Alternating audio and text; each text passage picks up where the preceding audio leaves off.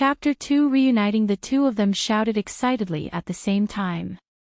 Brother Rui! Baby! Then, Zhou threw herself into his arms and cried, You fool, you could have dodged it. Why did you come to save me? If I hadn't, how else would we be fated to be husband and wife again in this life? Gu Qingrui hugged her back and chuckled. However, tears also started to well in his eyes. He had thought they would be separated after death, but he did not expect they would be fated to continue to be together in this life. When he thought of this, he hugged her tightly, turning his head and gently kissing her cheek. But his kiss fell on nothing because Zhou had already raised her head and reached out to his head and neck. It's so hot. I have to lower your temperature immediately. After saying that, she left his arms and tried to contact her interspace. It was a space that had followed her since she was young, a space that she couldn't see the end of. It was surrounded by seawater, and there was only an island in the middle that was about 1,000 square kilometers in size. There were mountains, water, and fields on the island, like a heavenly garden. As long as the interspace was still there, she would not have to worry about food and clothing no matter where she went. After confirming that the connection was still there, she was overjoyed and said, Brother Rui, wait a moment. I'll go to the interspace to get special fever medicine, food, and clothes. Gu Shengrui's eyes lit up. Okay. Remember to take some medicine yourself. Just in case. Zhou nodded in response and immediately flashed into her interspace. She did not stay after confirming the realm was still full of life, along with the cattle and sheep. She immediately went to the river that ran through the entire interspace to wash her hands. Then, she went to a warehouse inside a palace and took 2 cups of millet porridge, 4 veggie buns, a stack of cold medicine, and a few tablets of fever medicine. Finally, she also found 2 sets of thermalware. After leaving the space, Zhou put the food and medicine aside and said, Put this on to keep warm first. It's too cold today. After saying that, she took out a men's sweater and helped him put it on. She then covered him with the old quilt and handed him the porridge. Gu Qingrui took it and said, You should eat quickly too. Don't go starving. Zhou nodded and quickly changed her clothes. She had a cup of millet porridge, a bun, and 4 cold medicine tablets. After that, she said, I'm going to cook now. We'll discuss further when you're a little better. Alright, we'll leave after I recover. We can't stay in this house any longer. Gu Qingrui hesitated for a moment before finally nodding in agreement. Otherwise, he would only be a burden if he went out in his current state. The key was that, based on the current situation, he was the only one who could bring up the matter of splitting up with the family. If Zhou was the one bringing it up, not only would it not solve the problem, but she might also be viewed with hostility and even get beaten up. Zhou responded, turned around, and walked out of the woodshed with a bunch of firewood. When she saw the standard double-door courtyard with black tiles and green bricks outside, she really felt bad for the original couple. It seemed that they really had to leave this family as soon as possible. After that, she turned around and entered the kitchen next to them. After looking at the prepared ingredients, she couldn't be bothered to do something different. Instead, she cooked a pot of millet porridge, a tray of white steamed buns, fried cabbage in vinegar sauce, and mixed it with a plate of shredded salted vegetables according to how the original her cooked. When she was almost done with her work, everyone got up one after another. At the same time, she also recognized that the one who had woken her up before was the new wife of the Gu family's household, Mrs. Liu, and she had been promoted from a concubine. She was a middle-aged woman with beautiful looks. Perhaps it was because she had been suppressed too much by the princess in the past. Once promoted, she became arrogant and wanted to show off her authority everywhere. Instead of appearing dignified, she seemed to be copying the late princess. Chapter 3 The situation at the same time, she also realized that the Gu family was large. First of all, was the eldest matriarch of the Gu family, Gu Shengruo's biological grandmother, Mrs. Zhao. The main family branch that the couple was staying in now had one wife and one concubine, for children consisting of 2 boys and 2 girls, and her, their daughter-in-law. There were even more people in the second family branch. They had 1 wife and 2 concubines, with 5 children, consisting of 2 boys and 3 girls. There was also Mrs. Yang, the wife of the eldest son, Gu Qingji, and the child in her stomach. As far as she knew, this was not all of them. After leaving the capital, all the concubines in the 2 family branches who did not bear children were dismissed on the spot. Therefore, she and Gu Qingrui were the only children his father disliked and had no mother. Naturally, they were bullied. After the meal was ready, a group of women quickly helped her to place the food in the dining hall. They sat at 2 tables, one for the men and one for the women. The dishes on the table were the same, but there were more steamed buns on the men's table.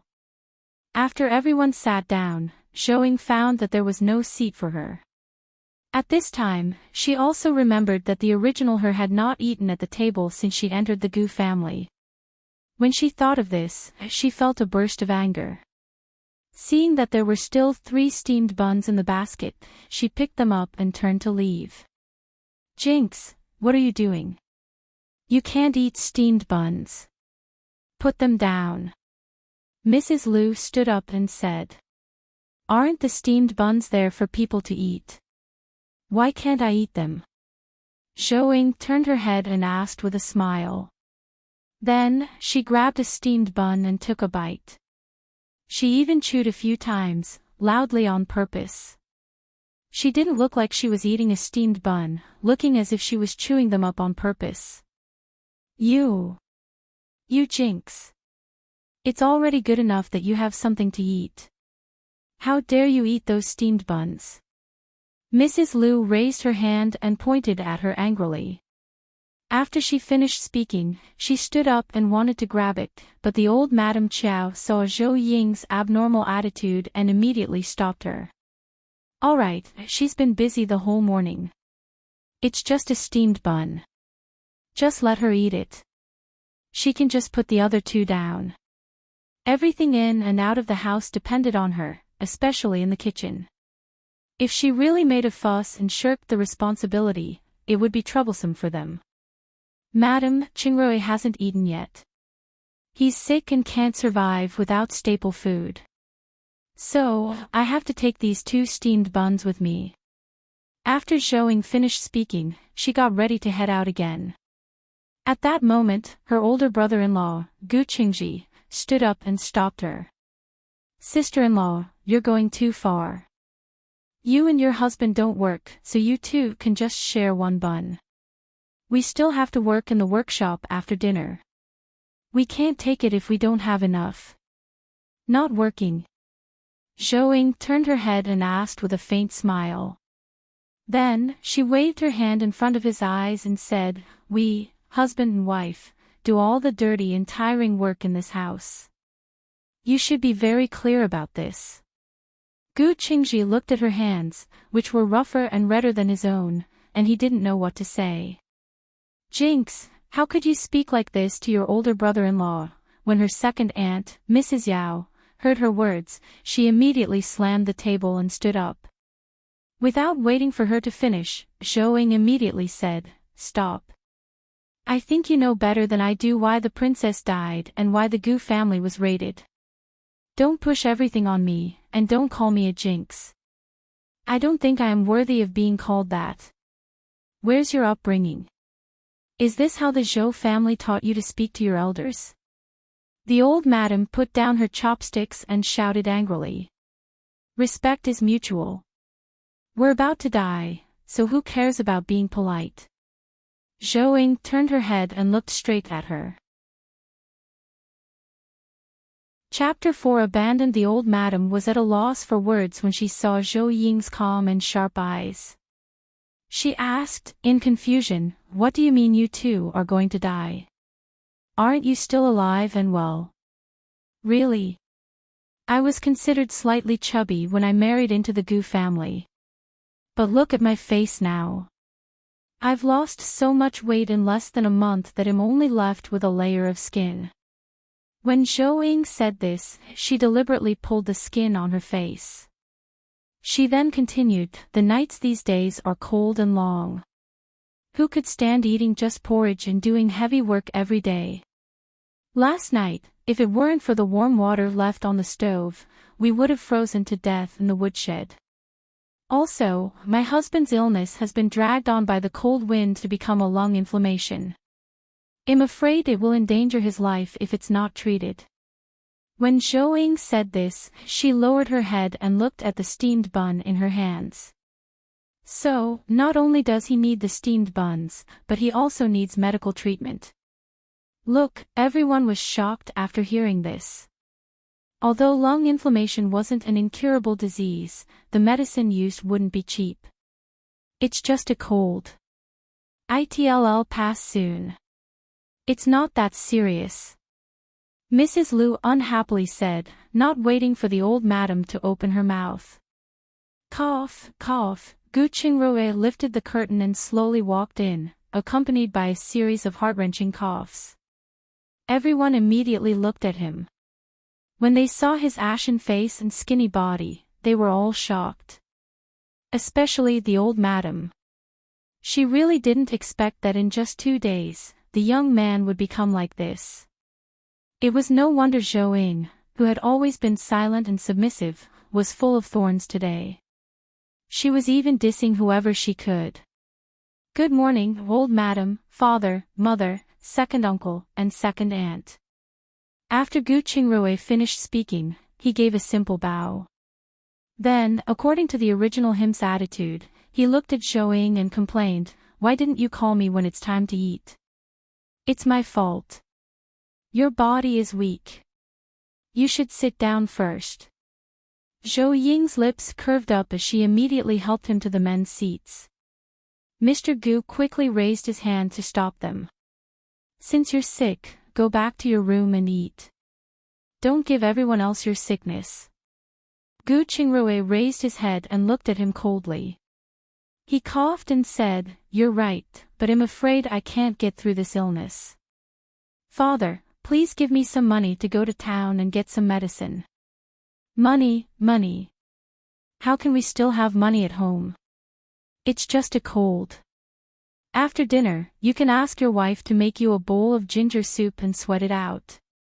Mrs. Lu didn't wait for Mr. Gu to speak and directly replied. Gu Qingrui did not even look at Mrs. Lu after hearing this. He wasn't born from Mrs. Liu's womb, so her attitude was unimportant. How he would get along with them in the future would ultimately depend on his father, Mr. Gu's, attitude.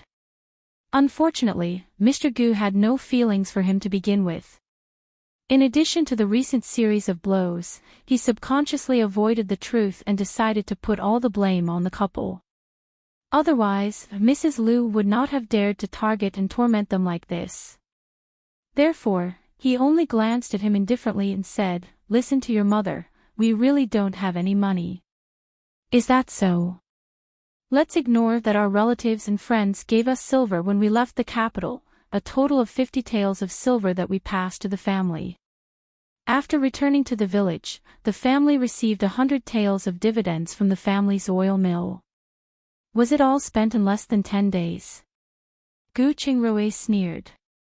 After we returned, we spent on food, clothes, beds, and furniture.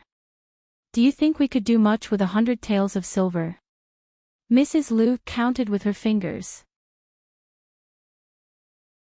Chapter 5 Splitting Up, 1, That's right.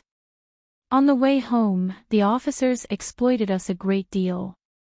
There was nothing left of the silver others gave us. Second Aunt Mrs. Yao agreed. Gu Shengru's heart turned cold, but at the same time, he was happy. The more ruthless they were today, the less guilt he would have in the future. As they were at an impasse, he swept his gaze across the room. Other than a teenager from the second branch, Gu Qingxi, who had no say in this and cast a sympathetic look at him, the others were either indifferent, ignoring him, or straight up disdainful. In short, nobody cared about him, let alone spoke up for him. After another bout of coughing, Gu Qingrui looked at his father and said, "Since this family can't accommodate the two of us, let's just separate. Well, accept our fate, dead or alive." "Third brother, what are you saying? We're all family. Why are you splitting up? Besides, who says this family can't accommodate you two?" the old madam quickly said. Gu Qingrui turned to look at the old lady and said, "Old madam, does the family really not even have the money to treat your grandson's cold? Do you really not know what we've been through in the past half a month? Who here treats us as a family? Our treatment is probably even worse than that of a servant." The three questions made the old madam lost for words. She knew that even she had some spare money, let alone her two daughters-in-law. However, things were different now, so she had to keep some just in case. Thinking of this, she could only look at Mrs. Liu, hoping she could take out some silver to keep them. But Mrs. Liu met her eyes and avoided them. Her son and daughter were already of marriageable age. Their family didn't have a decent income, so how could they give money to others? Not to mention, if Gu Qingrui stayed at home, he would get a share of the family property if Mr. Gu died early. It was better to take advantage of this and directly shoo him away to save the trouble. Seeing Mrs. Liu's reaction, Mr. Gu naturally understood what she meant, so he directly said, "Then let's split. But other than the things in your house, there's nothing else for you. It seems my father doesn't want me as a son anymore. That's fine. In the future, whether we live or die will be our fate." At this point, Gu Qingrui coughed twice and took 2 deep breaths before saying, "However, words need to be written as proof. They'll have to trouble you to go with me to the family leader to write a written proof and the village chief to separate our household registration." Mr. Gu was furious after hearing that. At the same time, his expression was a little unnatural.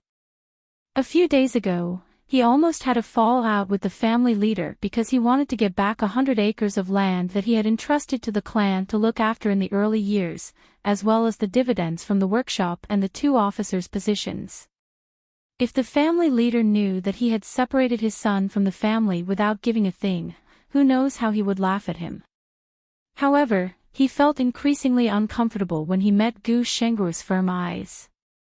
In addition, Zhou had already started to rebel. Thus, he felt it was better to kick them out of the house now. Therefore, he returned to the house to get the household registration book and said, "Then hurry up. The family leader will be going out in a while." Gu Qingrui responded and gently patted Zhou Ying's hand away. "Pack up our things and wait for me at home." Zhou Ying nodded. She quickly ate the steamed bun in her hand. Then, she put down the lunchbox and went to the kitchen to drink the remaining millet porridge. After that, she went back to her room to pack up. However, there wasn't much to pack.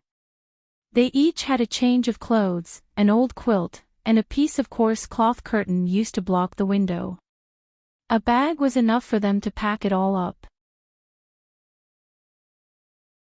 Chapter 6 Splitting Up, 2. There were also 2 paper cups and the remaining medicine that Gu Qingrui had hidden. She put them away in her interspace. As for the people in the dining hall, they were eating and drinking as they should. No one came to greet them. Mrs. Liu, on the other hand, looked out from time to time. She was looking concerned, guarding against Zhou Ying for fear that she would steal things from the house. On the other hand, Gu Qingrui coughed non-stop when he came out of the door after catching a cold breeze. By the time he reached the family leader's house, his face and neck were already red from coughing. When the family leader saw this, he looked at him with disdain and asked them to sit down. He asked, "What's the matter, coming here with you and your father?" "Big brother, my 3rd son wants to be separated. Please help me write a record," Mr. Gu said. Seeing this, the family leader looked at Gu Qingrui in dissatisfaction and said, Qingrui, right? Your grandmother and parents are both still alive and well. It's against the rules for you to suggest splitting up at this time. Uncle, please do it for your nephew. Gu Qingrui raised his head and looked at him hesitantly. In the end, he sighed and shut his mouth. However, he quickly turned his head and bent over to cover his mouth as he coughed non-stop. He coughed so violently that it was as if he wanted to cough out his lungs at any moment. The family leader frowned. Why didn't you find a doctor to take a look at him? He's coughing so much. Don't drag it out any longer. As soon as he finished speaking, Mr. Gu only nodded nonchalantly and did not reply. Gu Qingrui, on the other hand, had a bitter look on his face, but he had no intention of speaking. The leader could tell from their reactions that something was amiss. In addition to the rumors that circulated in the village, he did not try to persuade them any further. Instead, he asked, have you discussed what to give your third son? Just the things in his room. Mr. Gu said vaguely. After the family leader heard this, he looked at the father and son in surprise. However, seeing that Gu Qingrui had no intention of fighting for it, he was too lazy to care. He got up and returned to the room to take out some stationery and draft the documents for their separation. At the end of his writing, he raised his head and asked the father and son, then what do you say about filial piety after the separation? If he has some, then give some. If he doesn't, then forget it. Mr. Gu said. Gu Qingrui heard his vague words and quickly said, although I didn't get any of the family property, my father raised me, so I will give my dues according to the normal customs of the village. I will share the medical expenses with my second brother if my father is sick. But I will not be giving him the usual filial piety dues. Of course, Mrs. Liu is an exception to this. Although he and his girl didn't have any assets on the surface, they were undoubtedly rich just from the things in the interspace. Also, it was only a matter of time before they became the wealthiest people in the region. He didn't want them to latch themselves onto him in the future. Mr. Gu was stunned for a moment, but then he looked away as if nothing had been said. On the other hand, the family leader looked at Gu Qingrui and nodded in satisfaction. That's reasonable. But you can't just stand by and watch if your father is sick and bedridden. I will. Gu Qingrui nodded heavily. After the family leader wrote this down, he made 2 copies. Then, the 3 signed and stamped their thumbprints, each holding 1 copy. After leaving the family leader's house, the father and son went to the village head's house to talk about the household registration. This time, it was unknown whether Mr. Gu wanted to save face or was really that eager to get rid of them, but he took the initiative to pay the processing fee. After Mr. Gu left, Gu Qingrui looked at the village chief and asked, Grandpa Qian, is there any house in the village that I can rent? After a moment of hesitation, the village chief replied, I don't know about this. I'll ask around for you later, but you have to pay more attention to it. I'm sorry to trouble you. After Gu Qingrui finished speaking, he bowed and turned to leave. Just as he arrived back at the Gu family, he met Zhou Ying, who was carrying a large bag and was driven out by Mrs. Liu. Chapter 7 Temporarily staying at the Mother God Temple. Seeing this, Gu Qingrui coldly glanced at Mrs. Liu. After seeing her retreat, he took Zhou Ying's bag from her and left. Zhou Ying immediately followed him. When she saw him coughing non-stop, she quickly took out a small bottle of cough syrup from her interspace and handed it to him. Rui, you should drink a bottle of cough syrup first. Gu Qingrui looked at the small medicine bottle in front of him. He grabbed her hand and scanned their surroundings. After making sure that no one was paying attention, he whispered, hurry up and put it away. I can still hold it in. After we have settled down, you'll just get 2 bottles of 4 into me. Hearing this, Zhouing put the cough syrup back into her interspace and said, "All right then, don't force yourself. Don't worry. I'm much better after taking medicine this morning. By the way, where are we going? You know about the Mother God Temple halfway up the mountain, right?" Zhouing nodded and said, "Yes, I've seen that before. Although it's a little shabby, it's a good place to stay for the time being after some simple cleaning." Thus, the two of them helped each other up the mountain. When they arrived at the Mother God Temple, Gu Qingrui was coughing so much that he could not stand up straight. Zhouing glanced around, and after making sure that there was no one nearby, she said, "Rui, you can't delay your illness any longer. I'll send you into my interspace to get 4 bottles into you." After Zhouing finished speaking, she immediately looked around to ensure no one was nearby. Then, she helped him into the Mother God Temple. She helped him to the back of a statue and brought him into the space, reaching the villa they had built by the river.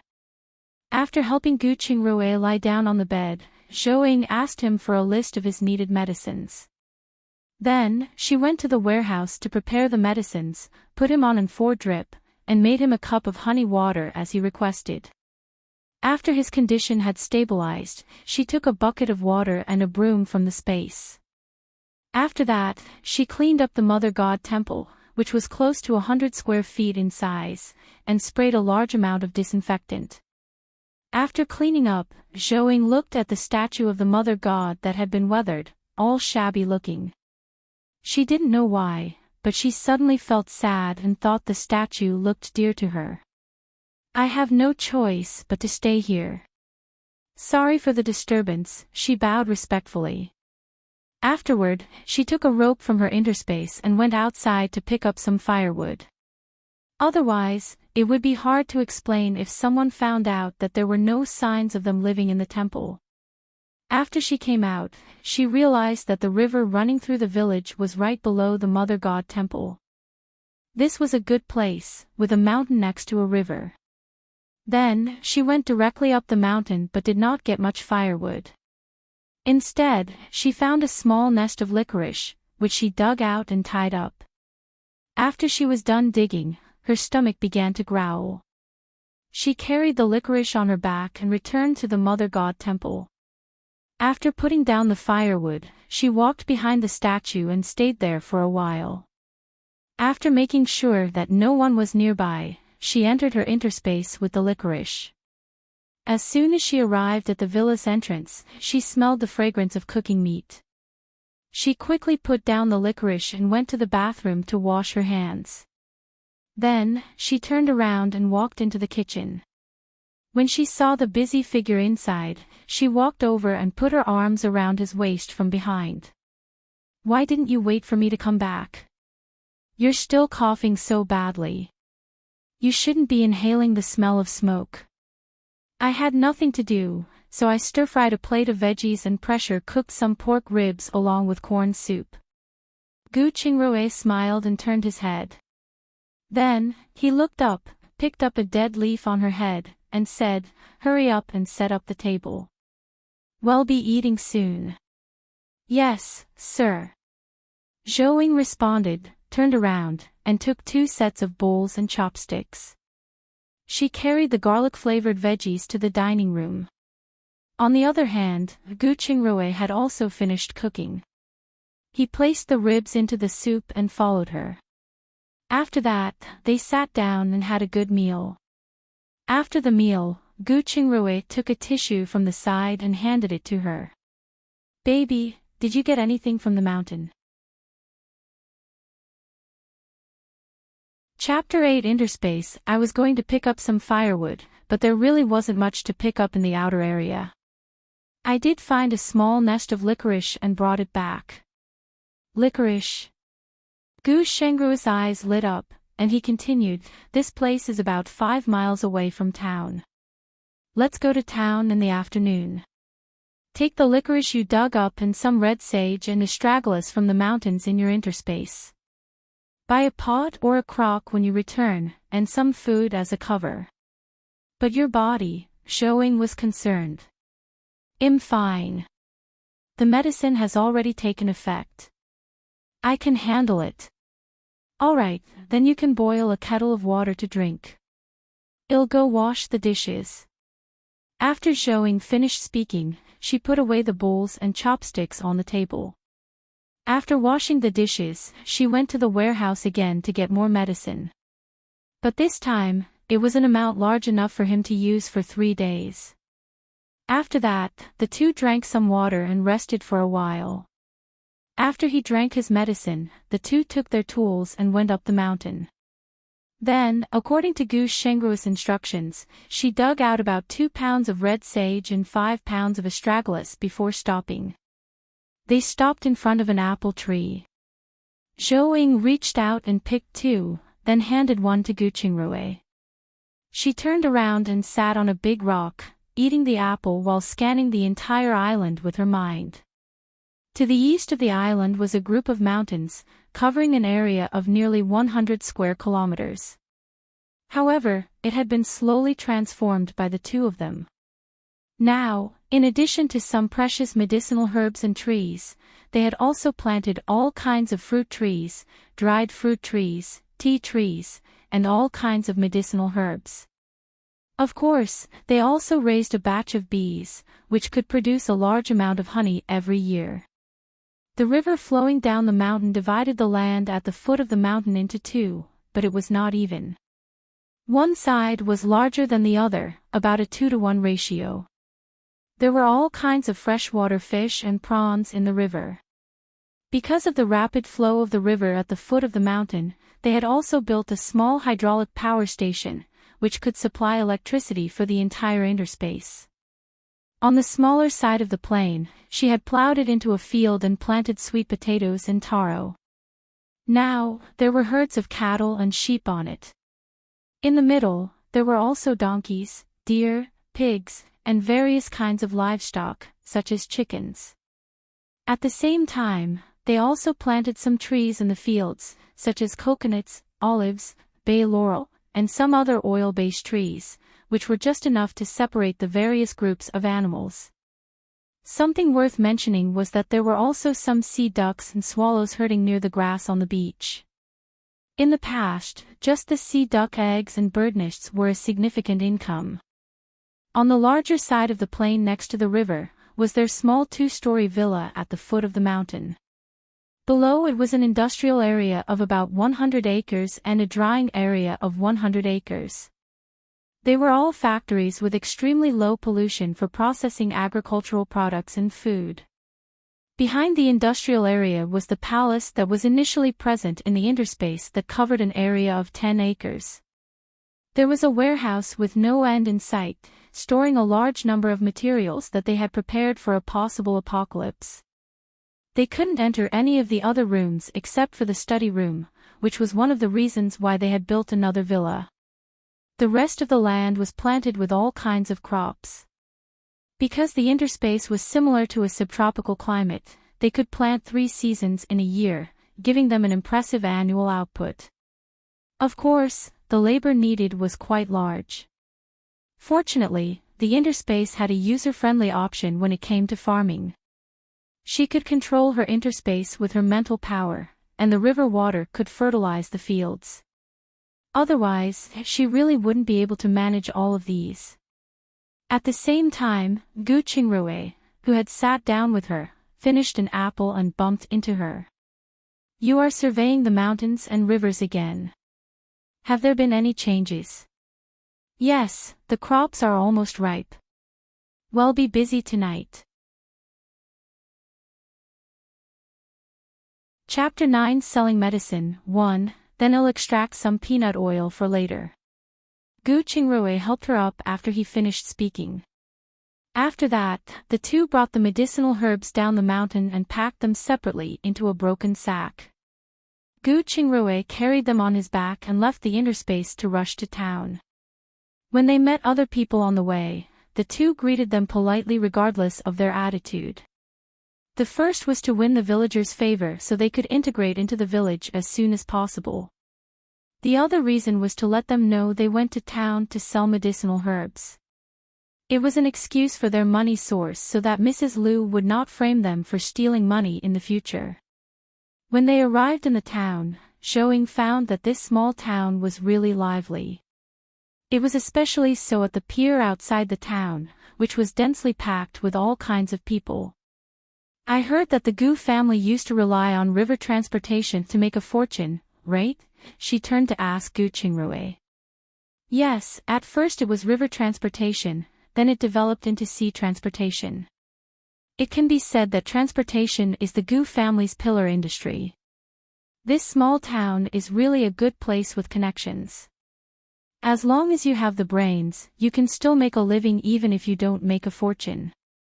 It seems like we have to make a good plan. Yes, but we have to do it slowly. Otherwise, it'll be troublesome if we get targeted. After Gu Qingrui finished speaking, he pulled her hand and walked forward. On the way, they found a tea stall and inquired about the various medicine shops in the town. The two went directly to the poorest medicine shop owned by the Luo family. Because one of the other two shops was owned by the Gu family's rival, the Qiao family, and they had been suppressing the Gu family during this period of time. If they were recognized, they would only be humiliated. The other family that owned the other shop had connections with the capital, so they naturally didn't want to go there. Dear guests, do you want to see the doctor or get medicine? As soon as they entered, a boy grinding medicinal herbs at the counter immediately stood up and greeted them. I'm here for the doctor to get medicine but also to sell medicine. After Gu Qingrui finished speaking, he placed the sack against the counter. When the boy saw this, he opened the sack and took a look. When he saw the medicinal ginseng inside, he immediately greeted them warmly and asked them to sit down. Wait a moment. I'll go find my master. After he finished, he ran to the back door and shouted, Master, there's a patient. After that, he sat down and started to grind the herbs again. Not long after, a white-haired old man walked out and sat in front of a table. Young man, come over and sit. Gu Qingrui stood up, walked over, and sat down. He stretched out his hand and said, You're amazing. You could tell at a glance that I'm the one who needs treating. At the same time, Zhou also perked up her ears to listen. Although the Luo family's medical skills are not well known, they have been passed down for 100 years. Some common diseases should not be a problem for me. Dr. Luo replied, then closed his eyes and took Gu Shengruo's pulse seriously. After a moment, he looked at him with a surprised face and said, Have you taken any medicine? The effect is quite good. Gu Qingrui was convinced of his skills now. He then nodded and said, An elder gave it to me, but I finished it. Do you know the prescription? The medicine is very effective. Dr. Luo hurriedly asked. Gu Qingrui shook his head. I don't know. But I heard it's a pill made after concentrating some essence. After Dr. Luo heard this, he nodded thoughtfully. Then, he wrote a prescription for him and said, Take 3 of them and let's see how it would go. After he finished writing, he handed the prescription to his apprentice. Gu Qingrui stood up and called Zhou over. Dr. Luo, I'll have to trouble you to take a look at my wife. Chapter 10 Selling Medicine 2. Dr. Luo nodded and took Zhou Ying's pulse. Mental and physical fatigue, malnutrition, and a chilly body. You will have to be more careful in the future. Otherwise, it'll be complicated to get pregnant. Then I'll have to trouble you to prescribe 2 doses of medicine for her to recuperate. Gu Qingrui said. I'll prescribe her 2 doses of cold-expelling medicine. As for the rest, it will have to rely on her to rest to heal. Understood. Gu Qingrui nodded. After the doctor finished writing the prescription, Gu Qingrui carried the sack over and said, There are also some wild medicinal herbs here. Please help me take a look. Oh, Dr. Luo replied, with curiosity. When he saw the sage, which was a type of red sage, his eyes lit up excitedly. Red sage, a good quality red sage. Ahem. The apprentice coughed and reminded him. He was reminding the doctor that he was overly excited. Wouldn't this clearly tell them that they lacked this medicine? Gu Qingrui glanced at him, then asked Dr. Luo curiously, why? Is this red sage very rare? The growing conditions for red sage were not harsh, so it should not be that rare. At this time, Dr. Luo also realized that he had lost his composure and had even revealed his bottom line. He could only laugh dryly and reply, the red sage is not hard to come by, but there is a drought in the northern part of the country, so the production is low, and the quality is poor. A drought in the north. Why didn't I hear about it? It's not too serious, so it hasn't spread yet, but the reduction in production is certain. Then what is the price of this red sage? Although your red sage is good, it's a fresh one, so I can only give you 100 copper coins. Dr. Luo rubbed his chin and pondered. Gu Qingrui heard the high price and nodded. Then, please take a look at the astragalus and licorice, Wang Yao said. Dr. Luo opened it and took a look. As the quality wasn't bad, he directly said, the price of the astragalus is 20 copper coins per pound, and the price of licorice is only 5 copper coins per pound. Sure, please weigh it. Sure, wait a moment. After Dr. Luo finished speaking, he went to the back and took a scale, weighing them one by one. 2 pounds of red sage, 5 pounds of astragalus, and 15 pounds of licorice. In total, they got 375 copper coins. After deducting the 75 copper coins for the medicine money, the two of them had 300 copper coins left. When Dr. Luo sent them out enthusiastically, he said, if the two of you have time, you can find more red sages. If the quality is good, I will take them all. All right, I'll remember this. Gu Qingrui cupped his hands in salute and left the medicine shop with Zhou Ying. Gu Qingrui turned his head when they were outside and said, babe, think about what we should buy. Zhou Ying pondered and replied, a pot, rice, salt, and vegetables are just what we need. Well, think about the rest later. You're right. Let's take a look at the rice and noodles first. Gu Qingrui pointed at the grain store not far away after he finished. Zhou Ying nodded and followed him. What would you like to buy, dear customers? The shop assistant said politely after letting them in. What's the price of this refined rice? Gu Qingrui pointed at the rice in the best condition and asked. The polished rice is 8 copper coins. The crushed rice and unpolished rice are 6 copper coins. The shop assistant replied. What about white flour? Zhou Ying asked, pointing at the yellowish white flour. 8 copper coins on the polished flour, 5 copper coins on the unrefined ones. The shop assistant turned his head and said. Then, he saw her walk to the millet section and said, both millet and long grain rice are 5 copper coins each, river planted rice is 10 copper coins, and sorghum rice is 3 copper coins. After Zhou Ying and Gu Qingrui looked at each other, they were both astonished. It seemed that the prices here were not low. No wonder Mrs. Liu had to calculate their food expenses. Then give us 5 pounds of polished rice and 2 pounds of millet, Zhou Ying said. As for the bags, well, buy them from the shop. Chapter 11 Concern. All right, please wait a moment. The shop assistant replied and turned around to weigh the items. Meanwhile, Gu Qingrui walked around the shop seriously and found that all the grains were processed quite crudely. Take the polished rice, for example. There were still some rice grains with broken shells inside. The refined flour couldn't even be held up to the standards they had in their world in the 80s. It seemed that he would have to change the standard of their flour when he processed them in the future. After the two of them left the grain shop, they went to buy a pot and some salt. These two were even more expensive. The salt was 20 copper coins per pound, and it was a large grain salt. Thus, they only asked for half a pound to put up a front. A 3-liter double-handle cast iron pot actually costs 150 copper, and a hatchet costs 50 copper coins. They did not have many copper coins left after leaving the blacksmith shop. Therefore, the two had to go back.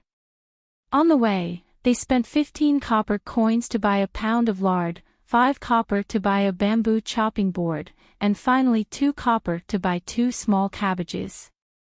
By the time the two of them returned to the Mother God temple, the sun was about to set. Gu Qingrui put down his things and said, "Babe, take out the pot and knife.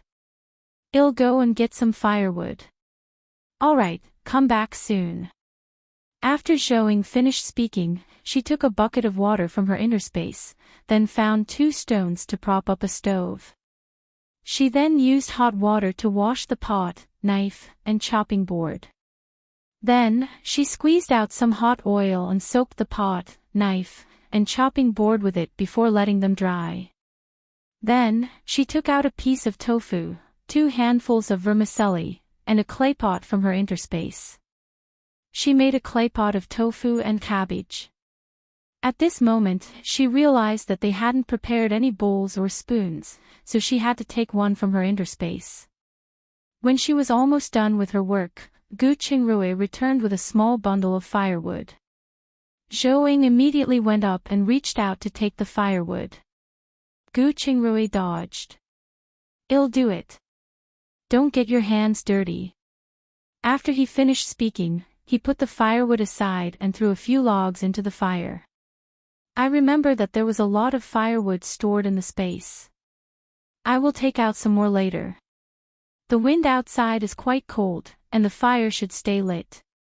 Okay, wash your hands, and let's eat first. We'll talk after dinner." After Zhou finished speaking, she took out 6 fist-sized steamed buns from her space. After the two of them had a hot meal, they sat around the fire to boil the medicine. After finishing their medicine, Zhou put the clay pot, bowls, and utensils back into her interspace. She turned her head and saw Gu Qingrui staring at the moon through the window. She pursed her lips and walked over to sit on the stone beside him. "Are you homesick?"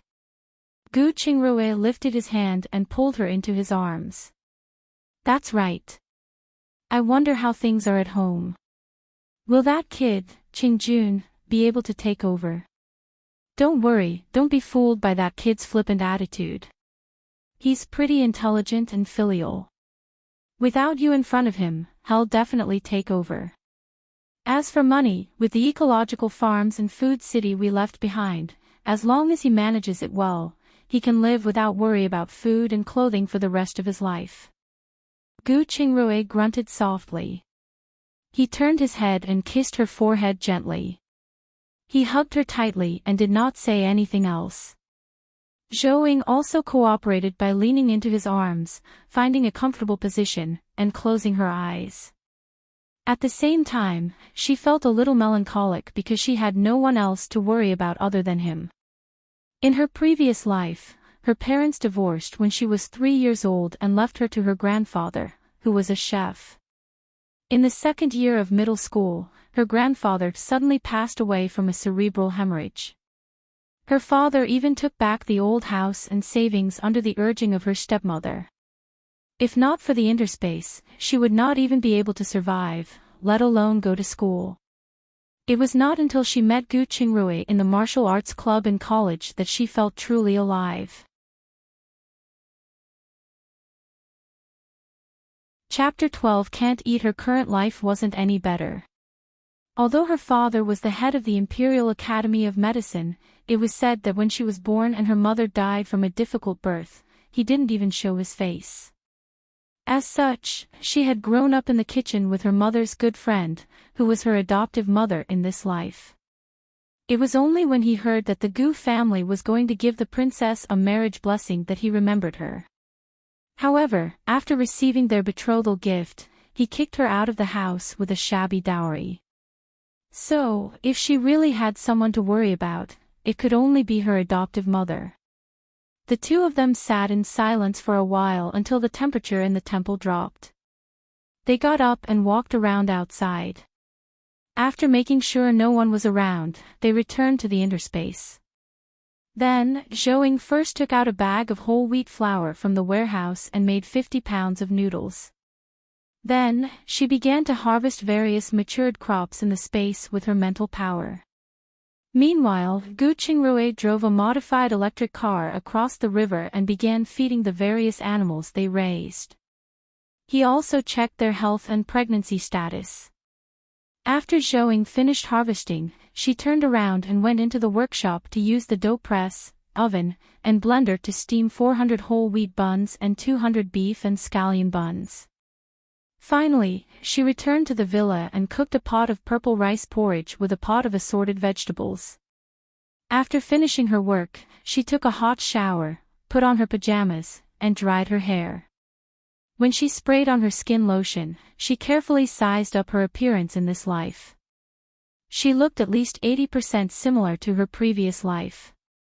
She had an oval face, squinty eyes, a straight nose, and a slightly thicker, cherry-like mouth. In a way, her looks were more refined than those of her previous life. However, her pasty dry skin made her overall look dull. It seemed that she had to take good care of it.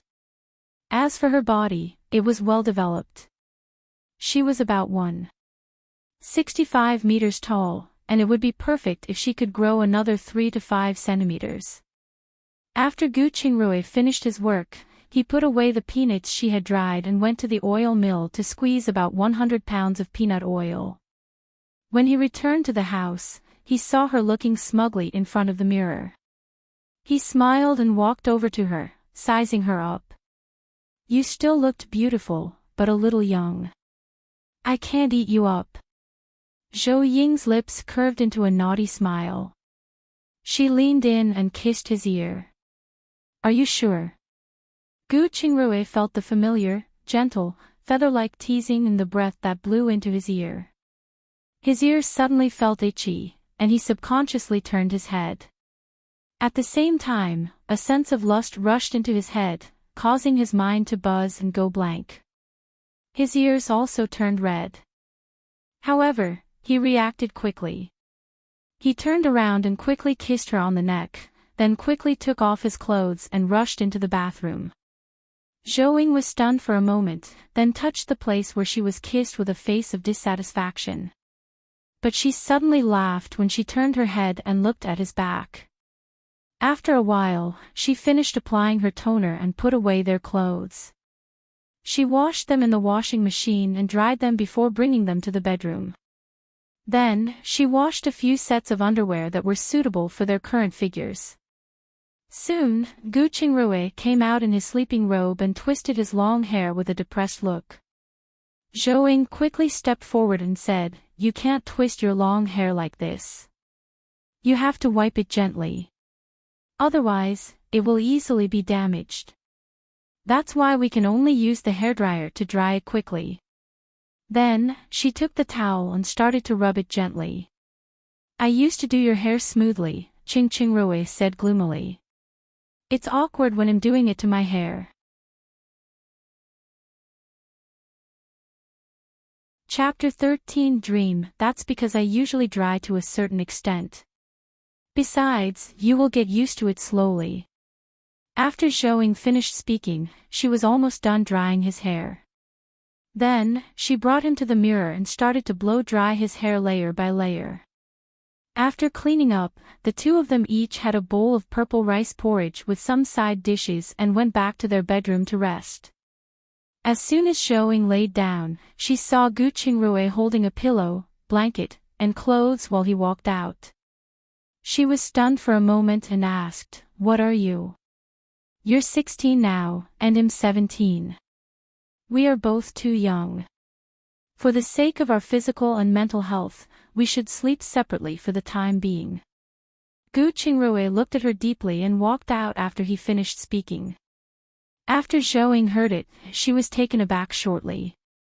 In the end, she approved of that notion. They shouldn't take it too hard with their current bodies. It was better to avoid that kind of suffering. After lying down, she thought she would have to get used to her new bed, but she didn't expect to fall asleep the instant her head touched the pillow. On the other hand, Gu Qingrui, who was in their study, laid down after setting the alarm for 6 o'clock. He turned over a few times, got up, and drank 2 bottles of cough syrup before he fell asleep. The alarm clock rang the following day, and Gu Qingrui woke up instantly. He looked at his thin and weak arms, stunned for a moment, but quickly remembered that they had transmigrated. Thinking of the current situation, he quickly got up and changed his clothes to go downstairs to find Zhou. They had to get out as soon as possible. Otherwise, it would be hard to explain if they were found out that they were not in the Mother God Temple. When he arrived at the master bedroom, he saw that Zhou was still asleep. He didn't know what kind of sweet dream she was having, but she had her mouth wide open, smiling, and her drool was flowing out.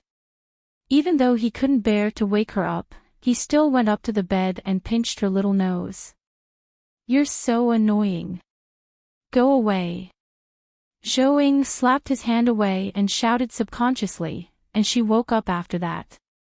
When she saw him, she paused for a moment before she quickly regained her senses. However, she still yawned and asked, with a tired expression, "What time is it now?" "I just fell asleep." After she finished speaking, she threw herself into his arms and closed her eyes.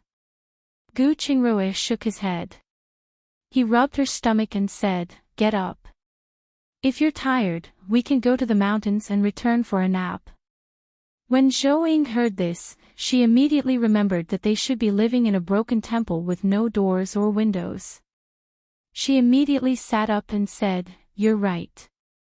We can't let anyone steal our stuff." After the 2 of them quickly washed up, they went out of the interspace. When they just got out, they shivered from the cold while Gu Qingrui started coughing. "Rui," Zhou was worried. "You should go back to my interspace first. You can come out after I start the fire. Let's do it together. I'm worried about you being alone outside." Zhou didn't try to persuade him anymore. Instead, she took a bundle of ordinary firewood from her interspace. She also took out some alcohol and a hand blower to start a fire quickly. Then, the 2 of them worked together and soon started the fire. Zhou took out the small pot and heated the remaining purple rice porridge from last night. She also took 3 beef buns and 2 cucumbers. When they were almost done eating, Gu Qingrui asked curiously, "Baby, what dream did you have this morning? You were smiling so wide that you were drooling." Zhou suddenly felt embarrassed, but when she remembered the dream, she smiled and replied, "I dreamed that I had become a fairy, and I didn't have to work so hard to harvest the crops in my space anymore. I could do it with a wave of my hand. With a wave of my hand, I could speed up the growth of our crops and instantly stir up a large area of the sea. I felt my power was boundless, just like the mighty beings in fantasy novels." Gu Qingrui thoughtfully asked, "Are you tired from rushing to work yesterday?" "No, maybe I just wanted to be lazy. It's just a dream. Don't take it seriously." Zhou shook her head. Chapter 14. Going up the mountain. We should be more careful in the future. We don't have to worry about food and clothing, so there's no need to tire ourselves this much. That's right, Zhou nodded in agreement. Do you have anything you want to plant next? You can make the arrangements. I don't mind. Gu Qingrui paused briefly and said, "Babe, do you want to plant some sweet potatoes? The production of sweet potatoes is usually high and provides a good filling. We can spread the seeds to help our descendants when we have the opportunity. This is possible. Maybe it can solve the food problem of the country."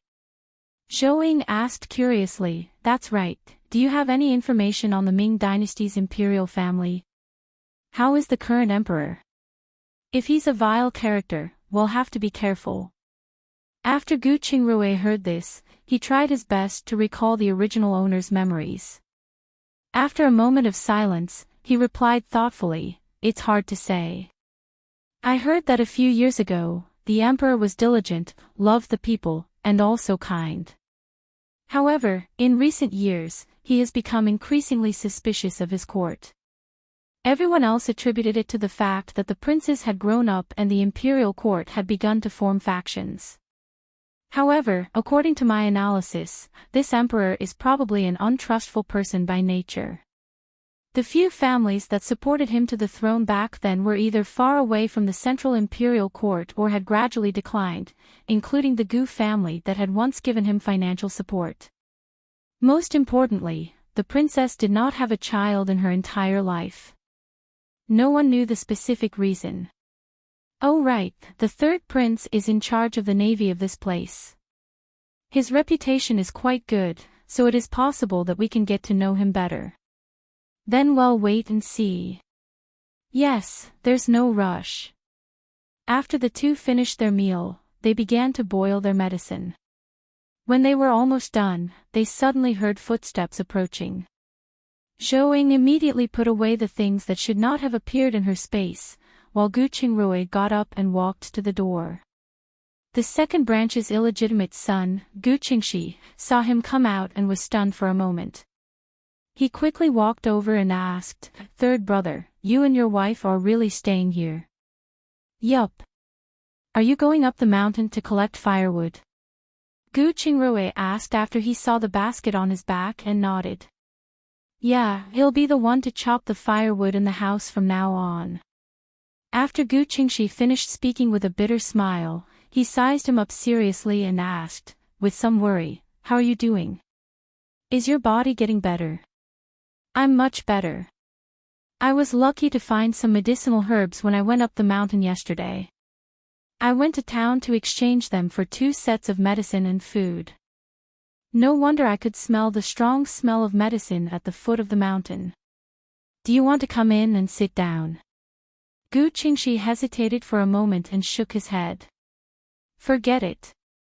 I still have to go gather firewood. Do you want to come along? You go first. I'll go up the mountain after I've finished my medicine. Then I will take his leave first." After Gu Qingxi finished speaking, he turned around and walked toward the dense forest on the mountain. Gu Shengrui's eyes softened as he watched him disappear into the distance. No matter what the reason was, at least this little guy was sincere with them. As long as he could maintain that, Gu Qingrui might be able to help him out in the future. After that, they turned around and returned to the temple. The two put away all their belongings and went deep into the mountains. However, they went in the opposite direction of Gu Qingxi. After entering the mountain, the two of them made marks as they looked for medicinal herbs and collected firewood. When they arrived at a place where people rarely came, Zhou sent Gu Qingrui into her inner space to get in 4 drip. Meanwhile, she continued to look for firewood and medicinal herbs nearby. While she was tying the firewood, she suddenly heard the cry of a chicken coming from above her head. Then, something hit her body, giving her a big fright.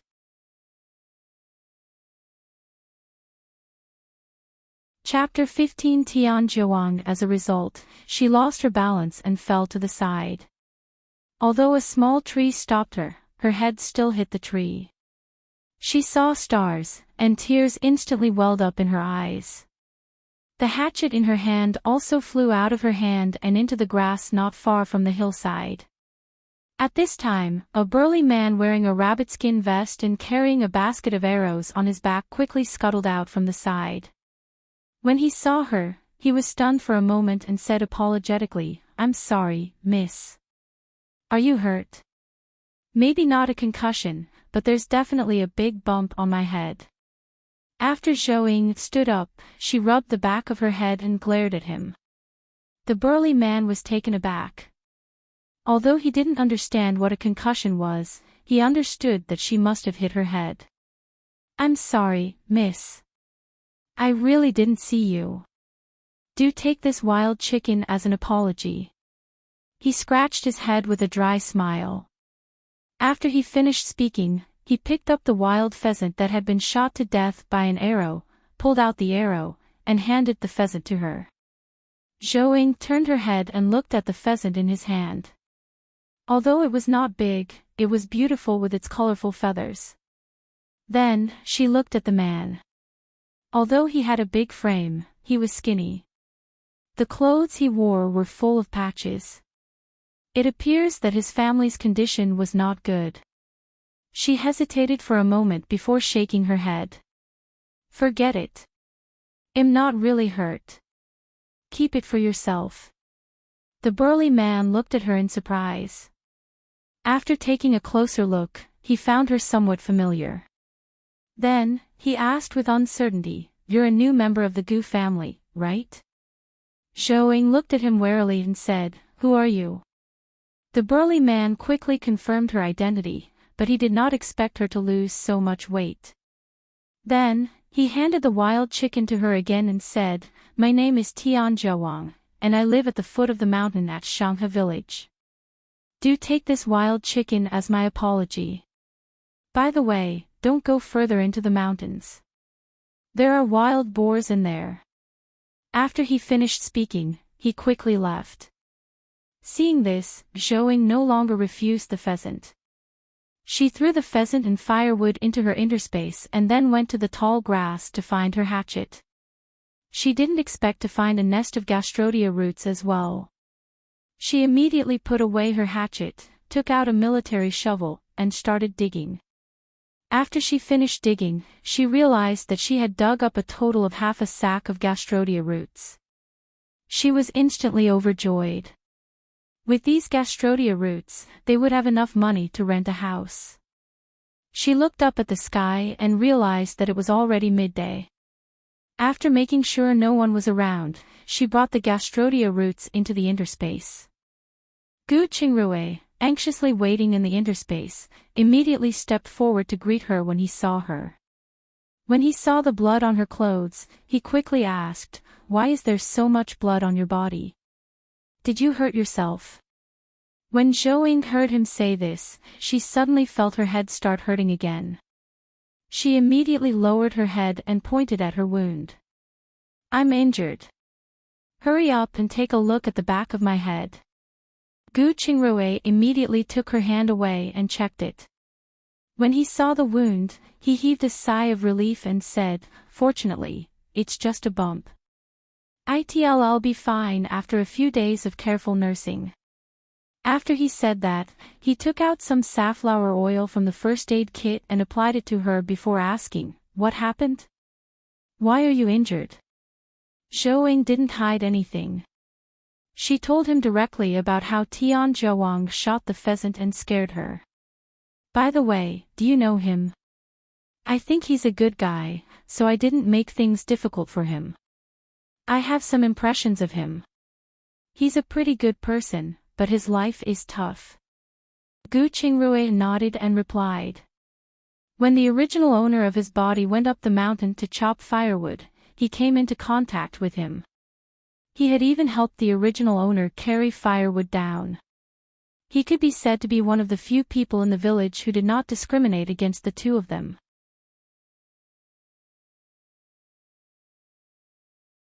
Chapter 16 Regret, A Tough Life. Yes, I heard that his parents passed away when he was young, and he grew up with his sister. He had finally married, but his wife died in childbirth.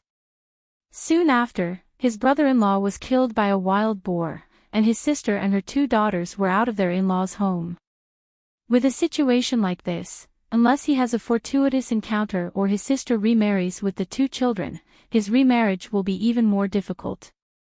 He sounds like a person who values relationships and loyalty. Zhou said, while her stomach began to growl. Her face turned red when she heard that. Gu Qingrui paused for a moment and put away the first aid kit. "Go and wash your hands. I made your favorite duck blood rice noodles. Really? I love you so much." After Zhou said that, she pounced on him and kissed him. Then, she turned around and washed her face. After the meal, the two left the interspace together and followed the markings back. On their way back, they found some wild angelica. When they reached the edge of the mountains, they saw that the number of people had gradually increased. The two of them each carried a bundle of firewood and a sack as they walked toward the Mother God temple. Back in the temple, Showing took out the pheasant and let Gu Qingrui kill it while she peeled some chestnuts for herself. They stewed a small pot of chestnuts, roasted the pheasant, and had a good meal. While they were eating happily, the Gu family's residence was a mess. It was because when it was time for dinner, they realized that the water in the tank had already reached the bottom. The main wife complained about the second wife's laziness, asking why she didn't refill the water after cooking. The second wife complained that the main wife was being sly.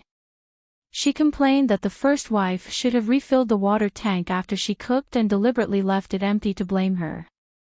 When old Madame Chiao heard the noise outside, she was so angry that she knocked her walking stick on the ground and said, "Stop quarreling. What are you all doing? You're acting like a bunch of shrews. Mother, you have to help me. The main wife is clearly bullying me." Mrs. Yao said with an aggrieved expression. "Sister, you're wrong. You're the one on duty today. How can you blame it on us?" Mrs. Lu said indignantly. "But yesterday, you guys," Mrs. Yao still wanted to argue, but the old madam impatiently interrupted. "Shut up, all of you. Look at what you two are doing. In the future, divide the work into different categories, and whoever gets their turn will be the one to do it. Whoever can't finish is not allowed to eat.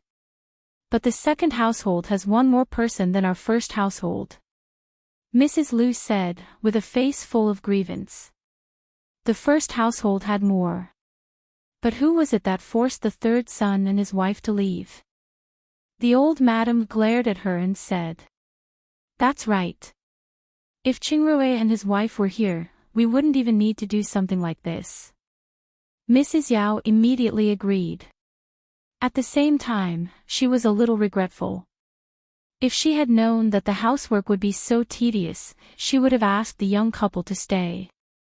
However, the old madam rolled her eyes at her. What's the point of lamenting about it now? It was too late to regret it now. Mrs. Lu retorted, "You acted as if you had tried to make them stay when they wanted to leave. Why didn't you ask them to stay when they discussed paying for their medicine? If you were willing to pay for it..." Before she could finish her sentence, the old madam interrupted her. "All right, what's the use of complaining now? Go and do whatever you need to do." However, she also remembered that their family was short of money. She then looked at the concubine of the second branch, Mrs. Huang, and asked, "Mrs. Huang, I remember that your embroidery is not bad, right?" "It's all right. I learned it from an old nanny in the palace." Mrs. Huang was astonished by the question for a moment before she replied.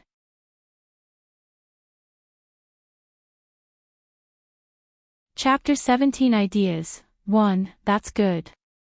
You will go to the embroidery workshop tomorrow and take some work back.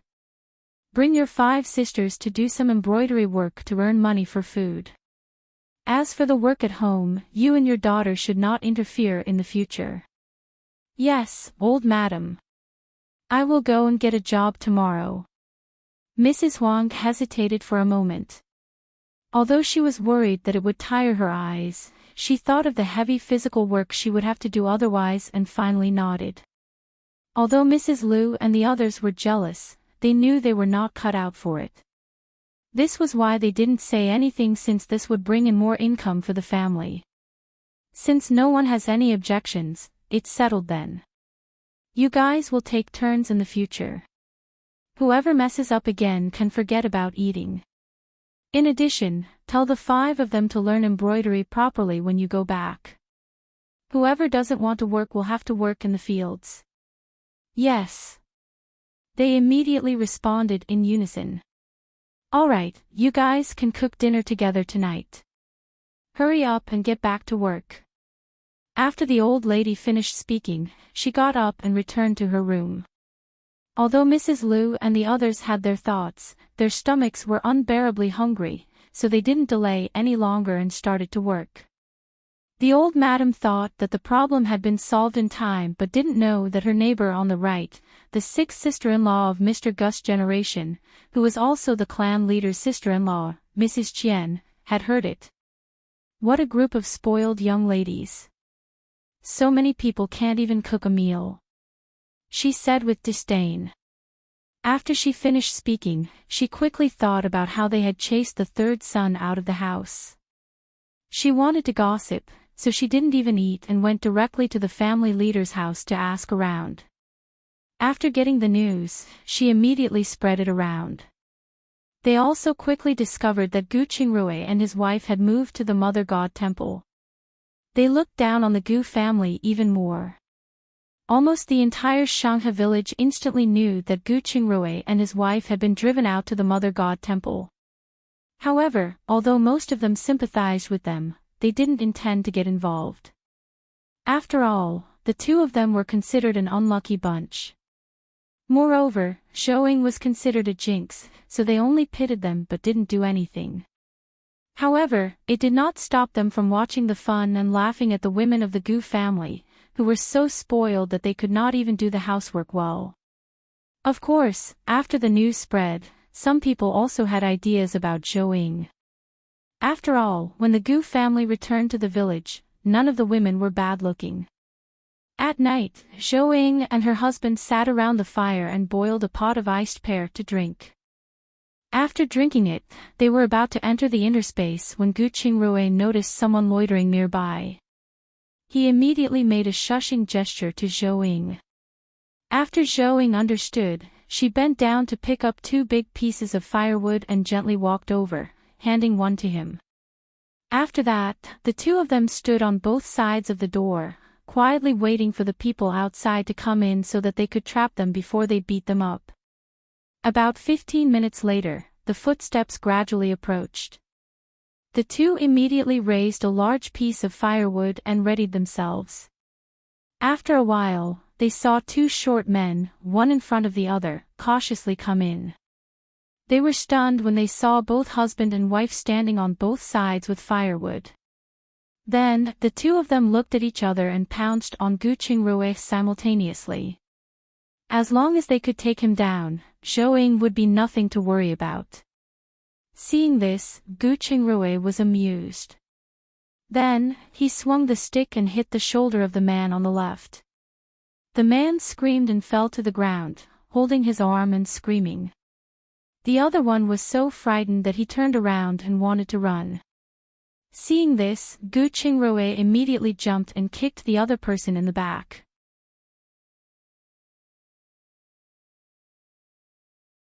Chapter 18 Ideas 2. The man staggered and fell to the ground. He screamed and covered his nose. When he saw the blood dripping to the ground through the gaps between his fingers, he immediately got up and tried to run away. Zhou, who was already blocking the door, kicked him on the shoulder before he could get up. She took 2 steps forward and stepped on his back, making him unable to get up. Then, she bent over and patted his face with the firewood. She asked with a smile, "Who are you? What are you doing here in the middle of the night? Remember to tell the truth. I've heard that there are wolves on this mountain, so no one should be able to find out if you disappear, right? Whoever speaks first will suffer less. The other can enjoy being my punching bag," Gu Qingrui said, and he picked up the man who had been knocked down and placed the two of them side by side. The two of them cried out for mercy simultaneously because they clearly realized that this young couple were not pushovers but wolves in sheep's clothing. They were really ruthless. "Spare your life. You would need to give us something in return, right? We will spare whoever says it first," Zhou said as she exerted more force on her feet. "Cough, ill talk, ill talk. We heard you were driven out to this broken temple, so we thought of coming over to steal some silver." The man at Zhou Ying's feet immediately replied. The other one nodded and said, "Yes, yes, we just want to steal some silver." "Really? Why doesn't it look like it? If you're a thief, there's no need to hurt us, right? You guys obviously want to kill me after coming in." Gu Qingrui squatted down and looked at the two of them with a faint smile. Of course, he was also trying to test if the two were lying. He didn't expect the two to really avoid looking at him. This proved that they had other motives. However, he didn't press them any further. Instead, he asked, "What are your names? Which village are you from?" "I'm Qian Zhuang, from Dai village. My nickname is Huzi." The person under Zhou Ying's feet hesitated but still reported his name with a bitter face. The other one, afraid of being killed, also quickly followed and signed up, "I'm Gu Erjiang, nicknamed Leopard." Gu Qingrui looked at the two of them in surprise and mocked, "So it's the village's famous brothers of the tiger and leopard. I've been disrespectful. No, no. Can we get up now?" Gu Erjiang smiled apologetically. Gu Shengrui's face turned cold, and he punched him in the face. Then, he punched him 5 or 6 times in a row, making him cry out. His thin face was instantly swollen into a pig's head. Then, he gave Qian Zhuang 2 slaps and said, "Are you trying to fool me? Don't think I don't know what you're up to. I won't be satisfied even if I kill you 100 times." After he finished speaking, he turned around and stepped between the two of them. He picked them up by their collars and carried them out. After they left the temple, they pushed the two of them up the mountain. Looking at the pitch-black forest and thinking about what Zhou had just said about feeding them to the wolves, the tiger and leopard brothers suddenly felt their legs begin to go weak. They immediately begged, "Mr. Gu, please spare our lives. We were wrong. We won't do it again. Please spare us this time." Gu Qingrui did not answer them. Instead, he pushed them forward even harder. He knew very well that they would not let this slide if he did not teach these hooligans a lesson. Seeing that he was insistent on pushing them to their deaths, the two men wanted to put up a final struggle. After exchanging a glance, they pounced directly on Gu Qingrui.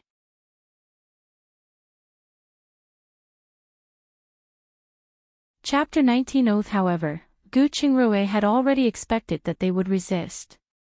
So, when they turned around, he opened his arms and held their heads in each hand, slamming them into the middle. The two of them immediately cried out in pain, then shook their heads out of pain.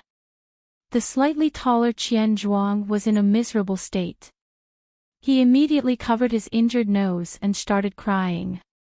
"You're a big man. How do you have the cheek to cry when you're injured? Hurry up. You can cry later when you are up against a wolf." After Gu Qingrui finished speaking, he went forward and pushed them forward again. "I'll fight it out with you.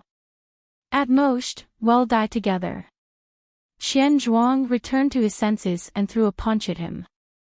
Seeing this, Gu Qingrui immediately raised his leg and kicked his stomach. Chang Zhuang fell on his butt and happened to sit on a small sharp stone. He immediately jumped up while shouting in pain. Her heart-wrenching look made Gu Qingrui laugh. Seeing this, Gu Erjiang quietly lifted a stone and tried to sneak an attack on him. Gu Shengrui's ears twitched when he heard the whoosh of the wind. He dodged to the side and raised his hand to hit the joints on Gu Erjiang's arm simultaneously. The stone in his hand fell to the ground instantly. Then, Gu Qingrui kicked his leg. The man screamed and knelt on the ground. Seeing this, Gu Qingrui picked up the two of them again and said, "It seems that we can't settle this peacefully. Then, I won't be polite to you guys anymore." After he finished speaking, he pushed and shoved again. But this time, he used more force. He would kick them a few times if any of them didn't behave. Just like this, the three of them kept moving and stopping. After a few rounds of fighting, the tiger and leopard brothers had become entirely meek. They were completely under Gu Shengruo's control. They could not even last 3 moves against him, and they were now even more injured. In the end, Qian Zhuang knelt down and kowtowed, "Brother Gu, Mr. Gu, please spare our lives. We were wrong. Please spare us this once. We won't dare to do it again. Yes, yes, we will definitely avoid you in the future." Gu Erjiang immediately chimed in. Seeing this, Gu Qingrui sneered. "I can't trust you. You two should die." The 2 of them were startled when they heard that. They looked at each other, then crawled 2 steps forward, one of them grabbing onto one of his legs and saying, "We swear that if we have any evil thoughts in the future, we will be struck by lightning and die a terrible death." "No, it's a fate worse than death," Gu Qingrui said. "Yes, yes, a life worse than death." The 2 of them immediately nodded in agreement. "Then I'll believe you this once. But remember, you only have this one chance. If there's a next time, it'll definitely make you regret being born into this world." After Gu Qingrui finished speaking, he raised his hand and jabbed their clavicle acupuncture points. The 2 of them immediately felt a tightness in their chests and couldn't help but let go. They remembered his fighting skills. Every time he hit them, it would be excruciating, and he would especially hit the places that hurt. At that moment, Qian Zhuang thought of something and asked, "Brother Gu, do you perhaps know medical skills?" "A little. Although I can't treat any serious illness, it's more than enough to deal with you and even make you wish you were dead." I understand. Then, can we go now?" Qian Zhuang nodded and stood up. "Remember the oath you took. Also, remember, you only have one chance." Definitely. If we have any other devious thoughts, we'll be better off dead." After Qian Zhuang replied solemnly, he quickly helped Gu Erjiang up and walked down the mountain. When Gu Qingrui and his group of 3 had just left the Mother God Temple, a wild dog rushed over after smelling blood.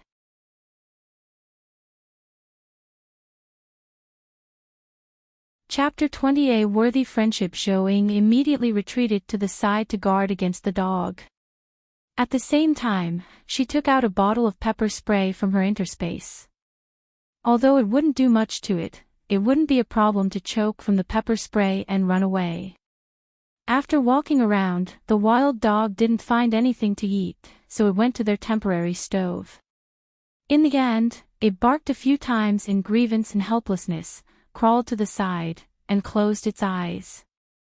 Looking at its listless appearance, Showing remembered the feeling of cold and hunger she felt when she first transmigrated. It was really pitiful. However, she didn't want it to live here. After all, this kind of wild animal might have lice, fleas, and other pests, so she had to be careful. Ultimately, she took out a piece of rib about 2 pounds in weight from her interspace and tried to lure it out of the Mother God Temple. Sure enough, the dog stood up immediately when it smelled the blood from the rib, staring at the meat in her hand with an eager look. Showing was happy to see this. She deliberately waved the rib in her hand to lead it out. After leaving the Mother God Temple, she threw the rib into the grass not far away. When the wild dog saw this, it immediately barked and rushed over. It picked up the ribs with its mouth and quickly ran into the forest. After Showing returned, she put everything into her interspace and sprayed the Mother God Temple with pesticide. Because the smell was too bad, she could only turn around and walk out. As soon as she stood still, she saw a figure running up the mountain. When the person got closer, she saw the person clearly. She exclaimed in surprise, "Mr. Tian, what are you?" "Mrs. Gu, are you all right? I heard someone screaming on the mountain earlier and was afraid that something might have happened to you, so I came to take a look." Tian Zhuang asked while panting. "There were 2 crooks, but my husband chased them away." "Those screams came from the 2 crooks. Those crooks, do you know who they are?" One is called Qianzhuang, and the other is called Guerjiang. It's these two scoundrels again. This isn't a place to stay for long, you have to make plans as soon as possible. As soon as he finished speaking, he saw two figures supporting each other and limping down the mountain. Behind him was a thin and weak figure. Zhou saw him and immediately waved her hand, Rui. Tianzhuang heaved a sigh of relief when he saw him. At the same time, he waved his hand and said, "It's good that Mr. Gu is fine. Then it would be best if you guys rested early. I'll be going back now. Sorry to trouble you, Mr. Tian. Do come in for a while," Gu Qingrui said as he jogged over. Another day. I'm worried as my house is not locked. After Tianzhuang finished speaking, he turned around and ran down the mountain. Sure, let's meet up some other day, Gu Qingrui quickly replied. We'll talk about it later. Tianzhuang waved his hand and ran down the mountain. Mr. Tian is really a warm-hearted person. Just because he heard a scream from the mountain, he ran up in the middle of the night to help. Zhou said as she looked at his back. This person is indeed honest and worth befriending. After Gu Qingrui finished speaking, he frowned. He wrinkled his nose and looked at Zhou. Babe, how much pesticide did you spray? The smell is too strong. I had no choice. A wild dog ran in just now. I was afraid it would leave fleas, so I sprayed more. Wild dog. It seems that after selling the medicinal herbs we got this time, we'll have to find a house as soon as possible. Well, I think it's better to rent a house in town and start a small business. Then we can slowly get by. Gu Qingrui hesitated for a moment before shaking his head. I'm afraid it's not appropriate. With the Qiao family here, we have to avoid them temporarily. It's better to find a house in the village and stay there first. When we have enough connections to compete with the Qiao family, then only we can start our business.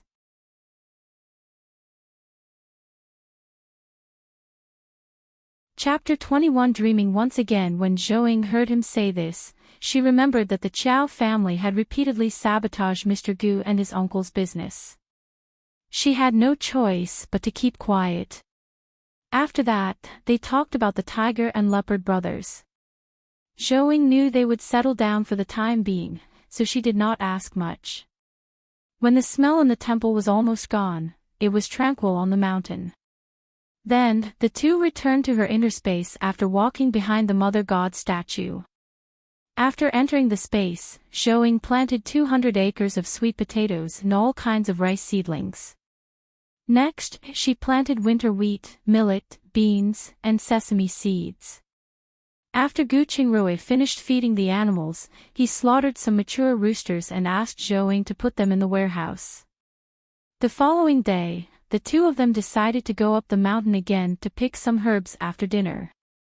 They would sell them together when they collected enough herbs. After they set off, Gu Qingrui saw that Zhou had been listless all this time after she woke up. He turned his head and asked worriedly, "Something on your mind? Let's talk about it together." "It's nothing much. I just dreamed that I became a fairy again. I dreamt that I was living in the empty palace. Apart from planting, I was bored and played with all kinds of small animals or tried to find something to do. I felt very lonely. It made me think of the years after my grandfather passed away. I was almost cut off from the world, which was really hard." After Gu Qingrui heard this, he still could not figure out what was happening. However, his heart ached for her, so he said half-jokingly, "You heartless little thing, why didn't you dream of me? I will always be with you no matter what."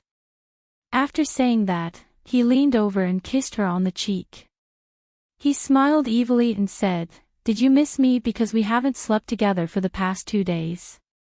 It's not the same thing at all, okay?" Zhou pushed his head away and said, "I think it's the same thing. I think I should move back and sleep with you tonight, so you won't have to worry. Zhou hesitated for a moment but finally gave in. She felt that her dreams for the past 2 nights were a little weird. An inexplicable feeling in her heart made her feel a little uneasy. Sleeping back together would be an excellent time to try and see what was going on. Then, the two of them chatted while cutting firewood and digging up herbs. With Gu Qingrui leading the way, the two of them dug up a lot of good specialties in one day. There were high-quality red sages, some angelica roots and bitter sages, 2 large pieces of poria, more than 30 pounds of fresh ginger, and more than 50 pounds of wild yam. It was already dark after they went down the mountain. As soon as they entered the Mother God Temple, Zhou saw the wild dog that had come last night.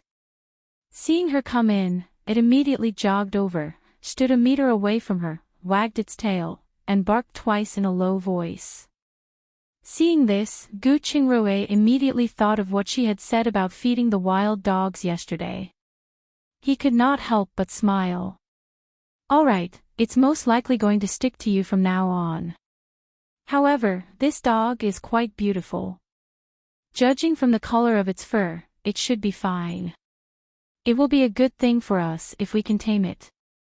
After he finished speaking, he took the sack he was carrying and placed it by the wall, taking the one from her as well. Then let's see if it's fated. It's used to being wild, so it might not be able to stay in one place. After Zhou finished speaking, she stuck her head out and looked around. After making sure no one was nearby, she took out a ready chicken from her inner space and threw it at the dog. When the wild dog saw this, it went forward and circled around her happily. Then, it picked up the chicken and ran away quickly.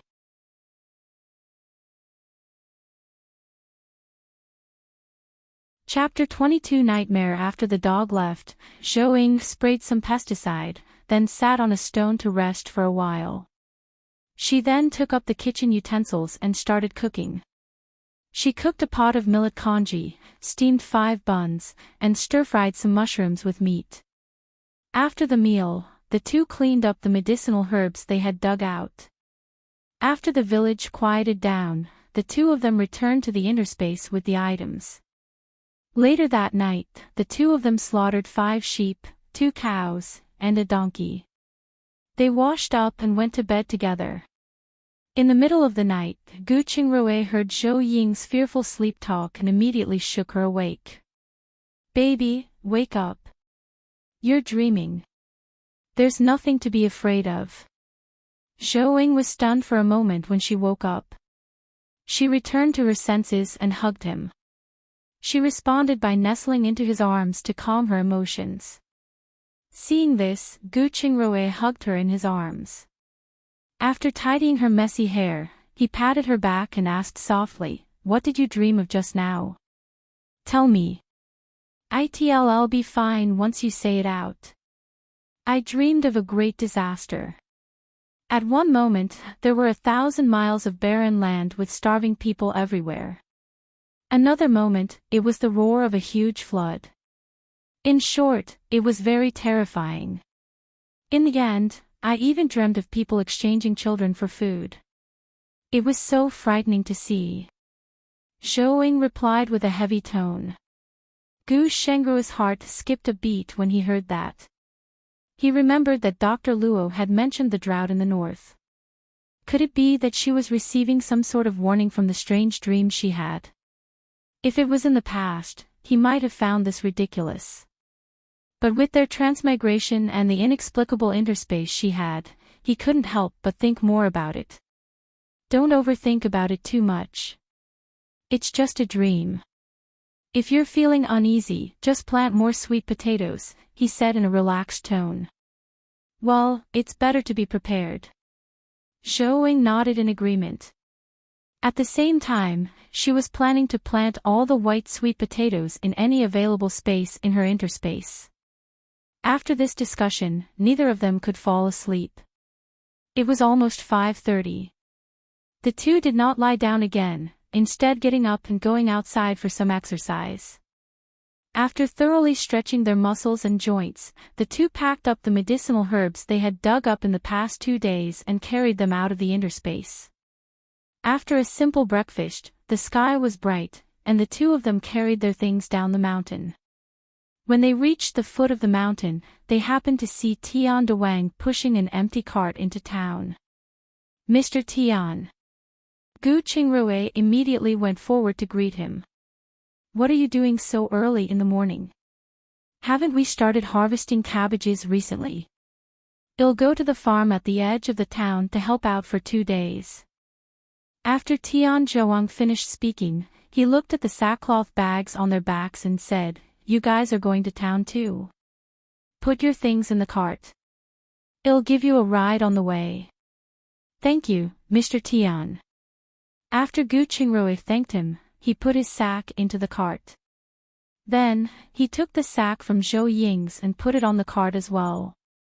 Of course, they didn't just stand there and watch but helped him push the cart on each side. The three of them chatted as they walked into town. At the same time, the couple also found that only 2 rooms were available in the village. One was a house owned by a widow with a child that was not suitable for rent.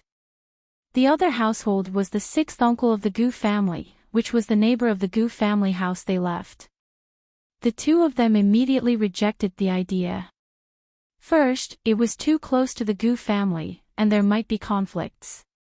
The other one was because of the 6th aunt of the Gu family, Madame Qian. She was a famous gossip in the village. Even a fart from them would spread throughout the village if they lived with her. As for the other empty houses, they were all so worn down that no one could live in them.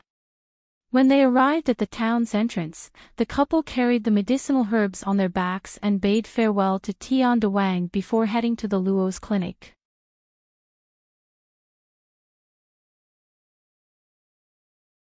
Chapter 23. Arrogant servant Dr. Luo saw them carrying 2 big sacks and immediately welcomed them into his backyard. He asked his apprentice to make them tea before asking Gu Qingrui, "Young man, it looks like your complexion looks much better." "Thank you, Dr. Luo. Other than a slight cough, there's nothing serious. To put it bluntly, it's because you are still young. However, taking 2 more doses of medicine is better to prevent it from happening again." Gu Qingrui nodded and said, "I will. By the way, we've dug up some red sage in the mountains these past 2 days, but there's not much. In addition, there are some other medicinal herbs. Can you help us take a look?" After he finished speaking, he opened the sack and began to take out the medicinal herbs one by one. "Don't worry about it. I'll take them all as long as the herbs are good." After Dr. Luo finished speaking, he bent down and started to help. He also carefully examined the quality of the herbs. When he saw the superior gastrodia roots, he had a bright smile on his face. After he was done, he stood up and said, "Pretty excellent quality overall. The gastrodia roots and bitter sage are 150 copper per pound. The red sage is 100 copper, and the angelica roots and poria are 50 copper each. As for the yam and wild ginger, 10 copper each. What do you think?" "Sure, you can just weigh them directly. Please wait a moment." After Dr. Luo finished speaking, he went to his warehouse to get a scale and weighed the medicinal herbs one by one. In the end, they received 9 taels and 7 maces of silver. Of course, it was mainly because they had a lot of gastrodia roots, which weighed nearly 50 pounds in total. After that, they grabbed 2 more doses of medicine and left the clinic. Then, they went to the grocery store to buy 5 sets of bowls and chopsticks, a copper spoon for scoping rice, an earthen jar, and a wooden bucket. After they left the grocery store, Gu Qingrui handed Zhou a wooden hairpin with a cloud pattern and asked, "See if you like it? What a beautiful carving. When did you buy it?" Zhou took it and looked at its vivid pattern with a face of surprise. "When you're picking out the bowls. It's good that you like it." After Gu Qingrui finished speaking, he paused and pulled her to his side. Following that, a two-horse carriage carrying sheep in it quickly drove over. The coachman was even arrogantly waving his whip to drive away the passers-by on both sides of the road. He didn't even greet them. He just whipped away whenever he saw someone in front of the carriage, which caused a lot of wailing and complaints. After the carriage passed, a girl standing at the side said resentfully, "The Chiao family is getting increasingly arrogant. They're even more condescending than the Gu family. Alright, stop talking. We can't afford to offend these people. If we meet them in the future, well, just hide." A woman at the side pulled her away after she finished speaking. Zhou had a better understanding of the Chiao family after hearing that. She was sure that there was someone powerful supporting the Chiao family. Otherwise, a servant from a wealthy family couldn't be so arrogant. It seemed that they really shouldn't place themselves in a situation against them. Otherwise, although it wouldn't be life-threatening in their current situation, it would definitely not be good. Then, she saw Gu Qingrui staring thoughtfully at the passing carriage. She raised her hand and shook it in front of his eyes. "What are you thinking about? Why are you so engrossed in it?" Gu Qingrui grabbed her hand and said, "Seeing those goats reminds me of something. The country specifically raises cattle and lamb for meat, but their prices are much higher than pork." When Zhou heard him say this, she remembered that there were unique breeds, but most of them were provided to wealthy families or sold to restaurants. It was difficult to encounter them in the countryside except during the Lunar New Year or festivals. She thought about it and asked him, "You want to sell the meat we slaughtered last night?"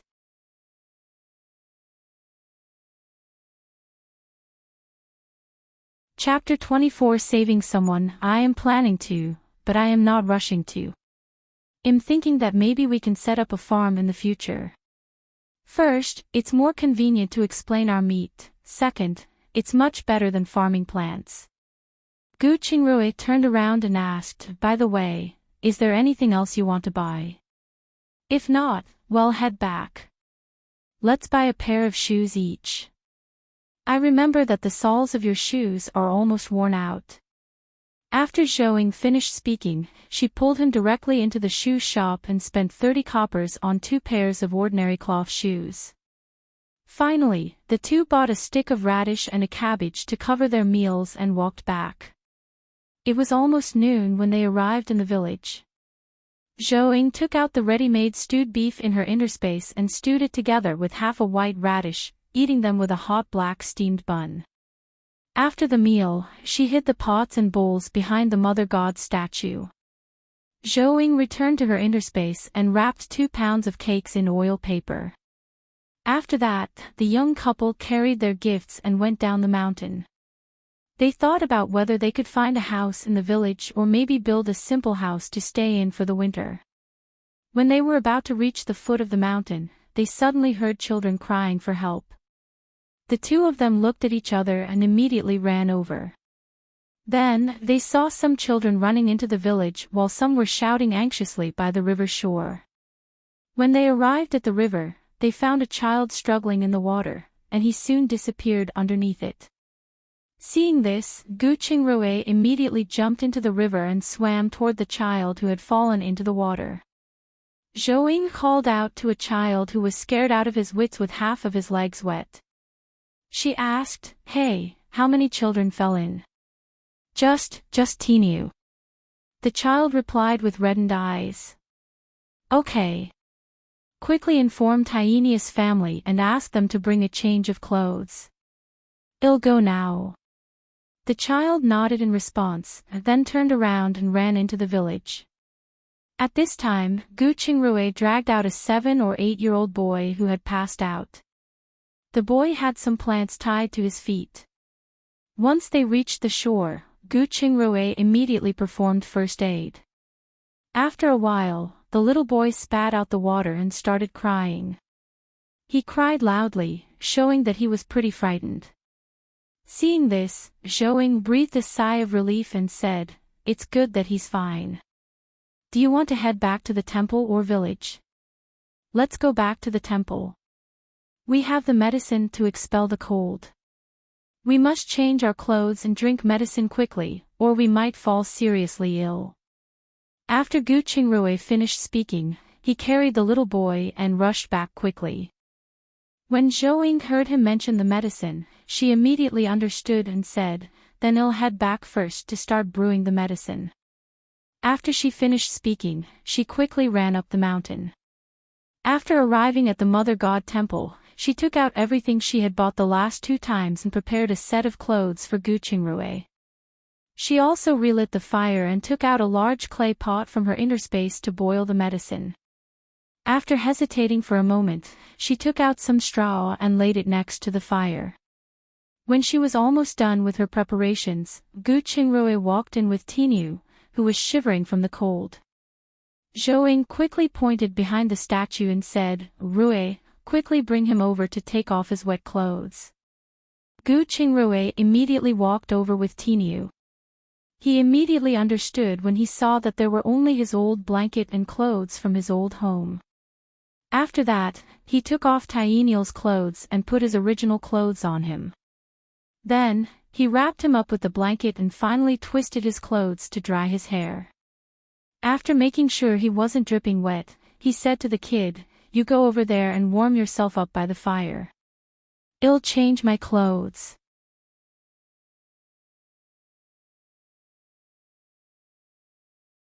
Chapter 25. The village chief's grandson Tinyu shivered from the cold. When he heard that there was a fire, he immediately wrapped himself in his blanket and ran over. When Zhou saw him coming out, she immediately called for him to sit on the straw bed she had prepared. She lit the fire for him and said, "Slowly dry your hair. Otherwise, you'll get a headache from the cold wind." "Okay," Tinyu replied. He immediately stretched his head out and fanned his hair before slowly drying it. Seeing this, Zhou had to go forward and help him dry his hair. At that moment, Gu Qingrui had also finished changing his clothes. He came out with his wet clothes in his hand and handed them to her. "Baby, I'll stoke the fire. You can wring the clothes and hang them outside." "All right," he said. When Zhou felt the thermal underwear hidden under the clothes, she immediately got what he meant and turned to go out. She saw 3 people rushing up the mountain when she left the temple. After wringing the water out, she immediately walked to the side and put the thermal underwear into her interspace. Then, she hung the wet clothes on a large rock next to the temple. Just then, the 3 people also came up. Noticing the woman in the lead carrying a large bag, Zhou wanted to go forward and greet her. But the 3 people had already walked into the temple. When they saw the tightly wrapped Tinyu sitting by the fire, the 3 finally heaved a sigh of relief. The woman carrying the bundle was Tienia's mother, Mrs. Bai. When she saw Tienia's trembling appearance, she scolded him with tears flowing down her face, "You stupid kid. How many times have I told you not to go into the water? Never go into the water. You never listen. This time." Before she could finish her sentence, Tinyu immediately opened his mouth and started crying. Seeing this, Mrs. Bai cried too and said, "Don't cry anymore. Mom won't scold you anymore." "But you also have to." The man beside her, who was Tienia's father, Qian Jiaxi, immediately stepped forward and took the bag from her. He walked forward and lifted Tinyu along with his blanket. Then, he turned around and used the blanket as a cover to change his clothes. When Zhou saw this, she stepped forward and took over brewing the medicine. At the same time, the village chief walked to Gu Qingrui and cupped his hands in salute. "I would like to thank the 2 of you. Otherwise, my stubborn grandson, Tinyu, would have been in deep trouble." Gu Qingrui quickly stopped him from saluting. "Grandpa Qian, you're too courteous. No one would ignore it if they saw it." At the same time, he was very surprised. He really didn't expect to save the grandson of the village chief by chance. It seemed that their luck was pretty good. There was a high chance that they could get a house now. It is fate that we meet. Gu Qingrui sneezed 3 times in a row right after the village chief finished speaking. The village chief hurriedly said, "You will catch a cold. Hurry over and warm up by the fire. I already had someone get a doctor. Later, the doctor will take a look and prescribe some medicine for you. I have some cold-dispelling medicine here. It's already been boiled. When the doctor comes, just let him take a look at Tinu. I don't need it." After Gu Qingrui finished speaking, he immediately went to the fire to warm himself up. Seeing this, the village chief also followed. He sat on the bed of straws at the side and chatted with him. Only then did he remember that the couple had been staying here for the past few days. It was already starting to freeze at night, and they couldn't stay here any longer. He looked at Gu Qingrui and asked, "That's right. I remember you talking about looking for a house 2 days ago. Have you found a suitable one?" "We've asked around, but there really isn't a suitable house in the village.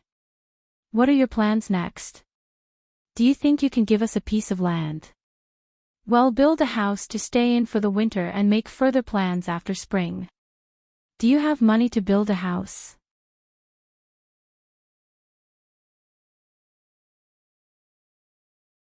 Chapter 26 House Visiting. Both of us know a little about medicine, so we dug up some medicinal herbs in the mountains these last 2 days and exchanged them for a few taels of silver in town. I think it should be enough to build a mud house in the village. The village chief was stunned for a moment and asked in surprise, "If you know about medicines, do you know how to treat diseases?" "When I was studying in the capital, I learned some simple medical knowledge from the doctors in the academy. Some common minor illnesses should not be a problem." Gu Qingrui nodded.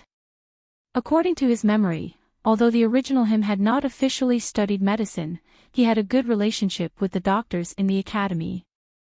As long as he was free, he would go over and help them. His second brother, Gu Qingye, who was his classmate, knew about this. This was why he could make this claim without fear of the Gu family exposing him. "That's great. It turns out that Dr. Xia, from our village, fell down a hill and passed away at the end of last spring when he went to the mountain to pick herbs. If any villager is sick, they have to run to town. So if you can cure them, it will be convenient for everyone. Then I'll go and prepare some medicinal herbs. I'll try my best to treat the villagers, and it can be considered an extra income for us." "Yes, that's right. It's a win-win situation." When the village chief said this, he realized that he had gone off topic. He said, embarrassedly, "As for the land you mentioned building a house on, I think you should consider it carefully. Although you can build a house now, it will take at least 1 or 2 months." At that point, he hesitated for a moment and said, "If you don't mind, I have an old house that I can pass to you, but it has to be renovated." Gu Qingrui was stunned for a moment and nodded in agreement. "You're right. When can we go and look at the house?" "The house is at the village entrance, near the foot of the mountain. When your hair is done drying, we can go over and have a look. If you like it, I'll find someone to renovate it as soon as possible." "Thank you so much. If there's anything we can do for you in the future, this is part of my job anyway. When you're free in the future, do come over and visit." The village chief smiled and nodded. After that, the two of them chatted for a while longer. When his hair was almost dry, the medicine was ready. Zhou gave each of them a bowl of medicine. After the two of them finished drinking the medicine, Qian Jiaxi and his wife thanked them and went home with Tinu. The village chief took the couple to the foot of the mountain to have a look at the house. They didn't expect that the house was built about 30 meters from the river, and the Tian family's house was next to it. The village chief opened the door and walked in. "You guys go in and see if you'll like it. Don't mind if we do." After Gu Qingrui said that, he went in with Zhou to take a look. The house wasn't big. Walking in, there was ample open space of about 30 square feet. There was a table on the opposite side of the room, allowing the room to be used as a living room. On the east side of the house was a brick bed that could be used as a bedroom. On the west side was a small room of less than 20 square feet. The easternmost end of the house was connected to a small room of about 10 square feet. 2 connected stoves were in the room, allowing the room to be used as a kitchen. After turning around, Gu Qingrui looked at the wall. If he wasn't wrong, the supporting wall was made of a 3-in-1 composite soil. He was delighted with its hardness and smoothness. However, the roof was full of holes, and the beams looked rotten. It seemed that they really had to ask the village chief to renovate it before they could live in it. As for the few window frames left barely intact, they had to be changed entirely. After looking around, he turned to Zhou and asked, "Babe, do you like it?"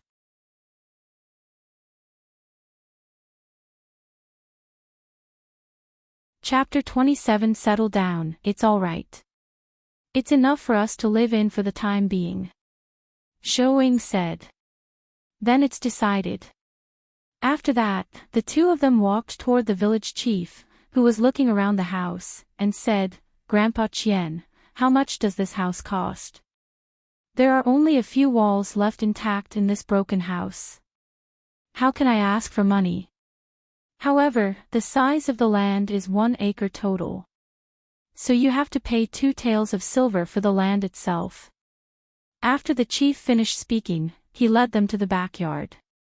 He pointed at a large piece of cabbage patch and said, "This is a vegetable garden occupying less than 80% of the land. We have been planting in it for the past few years. You can plow them over and plant on them directly in spring." "Thank you, Grandpa Qian." Gu Qingrui clasped his hands and thanked him. "So it's decided?" The village chief turned his head and asked. "Yes, it'll have to trouble you to help us gather some people to fix the house as soon as possible." "Sure, let's talk about it in detail." After the village chief finished speaking, he brought Gu Qingrui to the front to discuss how to renovate the house. As for Zhou, she returned to the mountain. She heard a faint dog bark from afar, so she hastened her steps and rushed up the mountain. When she arrived outside Mother God Temple, she realized it was the wild dog she had previously fed. It was currently facing Gu Qingxi, who was carrying a basket on his back at the temple entrance. "Qingxi, you are here. Take a rest inside." She quickly stepped forward and greeted him. After she finished speaking, she waved at the wild dog and waited for it to leave before she brought Gu Qingxi into the Mother God Temple. Gu Qingxi followed her in with lingering fear and asked, "Third sister-in-law, since when did you have such a big dog?" After saying that, he put the basket aside and sat on a rock by the fire. "I didn't purposefully rear it. I just leave some food aside for it every day. This dog sure is loyal," he quipped. Why else would they say dogs are loyal? After Zhou finished speaking, she took out a new bowl, poured some water into it, and handed it to him. Gu Qingxi took it and drank half a bowl before saying, "You have become much more cheerful after coming out. At least I'm feeling more comfortable now that there's no one pressing on me constantly." Gu Qingxi laughed dryly and did not reply.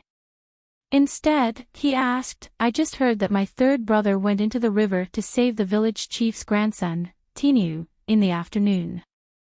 Is he all right now?" "He's fine. We've been digging up some medicinal herbs in the mountains these past 2 days. We've exchanged them for a few doses of medicine for your third brother in town. He's much better now," Zhou said. Gu Qingxi was stunned for a moment.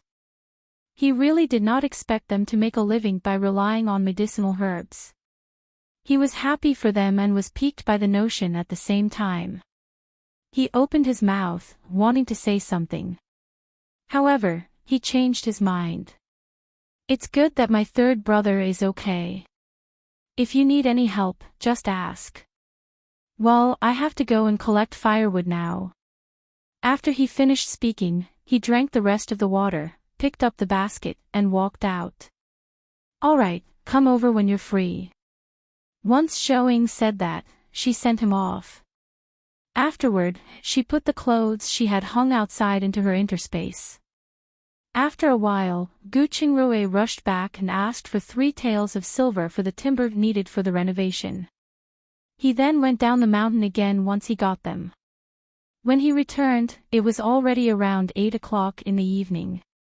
Seeing that the rice was still warm in the pot, he raised his head and asked, "Babe, have you eaten?" "I've eaten. I was afraid you hadn't eaten, so I left some for you. I've eaten at the village chief's house, and the matter of the house's renovation has been settled. Other than the cost of the materials, their salary is 10 copper a day, and we'll have to provide them with a meal at noon." "Do we still have to provide food?" Showing was a little miffed when she heard that. "There is nothing here. How could they provide the food?" "I didn't want to at first, but the village chief suggested it. He said we could integrate into the village faster if they are happy with the food." After Gu Qingrui finished speaking, he grabbed her hand and said, "It's been hard on you these past 2 days. We'll overcome any difficulties together."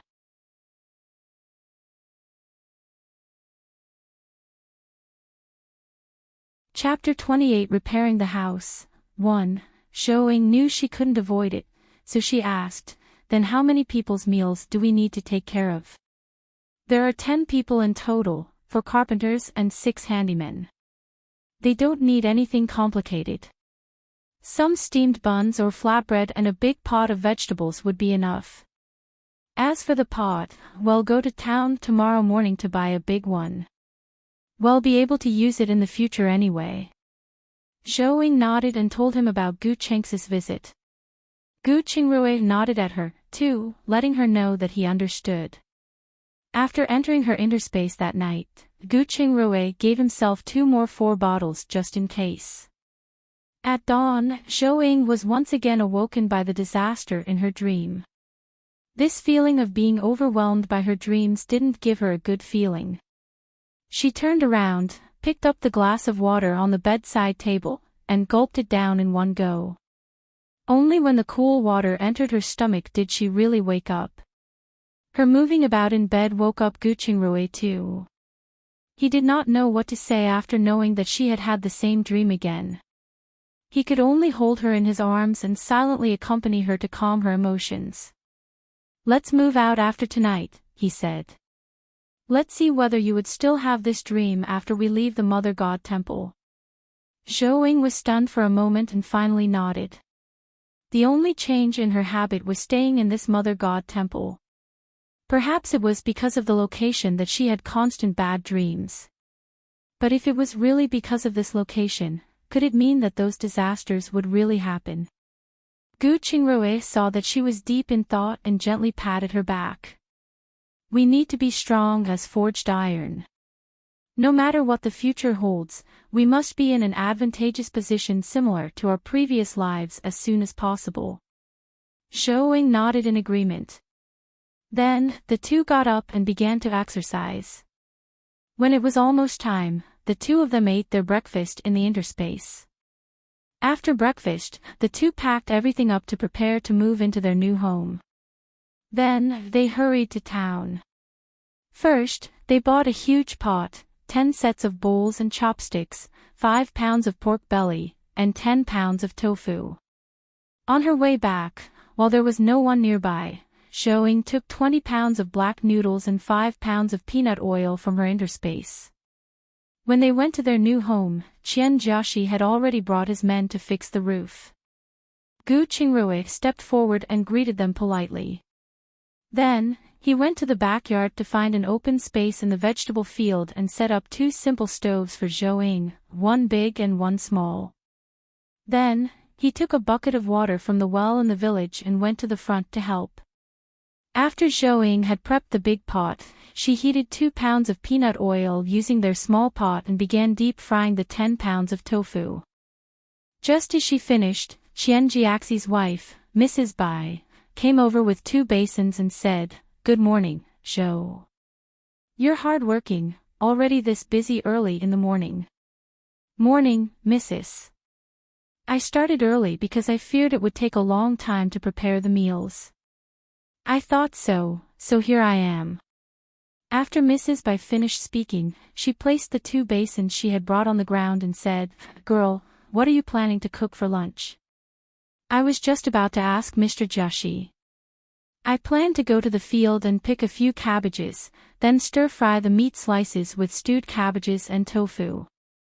They would go well with a few large baked flatbreads. What's there to ask about? Just pick them and eat. When Mrs. Bites said this, she saw the large strip of streaky pork on the side and said, "I got to say, girl, you're sure generous to buy so much meat. Once everyone is content with the meal, only then will they have the energy to fix our house as soon as possible." That's true. When Mrs. Bai heard her say this, she didn't say anything more. She was quite satisfied with her honesty.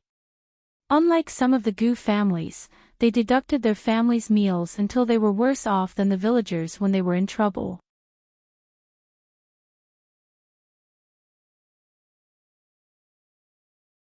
Chapter 29 Repairing the House, 2. Oh right, Auntie, how's Teenia doing? Did he have a fever?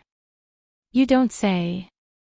He really did have a fever before he went to bed last night. Fortunately, it subsided in the middle of the night. Otherwise, I wouldn't be able to leave. I can handle this on my own. Why don't you? No need, my mother-in-law and second sister-in-law are both at home. That's good. When Zhou heard this, she thought of her dream and probed, "Auntie, is the Mother God Temple an accurate place for prayers to come true?" I noticed the statue of Mother God had been weathered out of shape. Why is no one taking care of it? Mrs. Bai hesitated for a moment. How should I put this?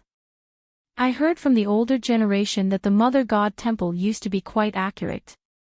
Otherwise, every town wouldn't have a Mother God Temple. I don't know when it started, but whatever the people asked for, it didn't come true anymore. As time passed, no one worshipped her anymore, so naturally no one repaired it. Zhou saw that she couldn't get the answer she wanted from her, so she didn't ask anymore. Instead, she asked her about the village. There were 2 surnames in the village, Qian and Gu, which comprised nearly 80% of the village's population. They shared one ancestral hall and one school. Therefore, despite some internal conflicts between the 2 families, they were still very united as a whole. The rest were the refugees their village had received intermittently over the years.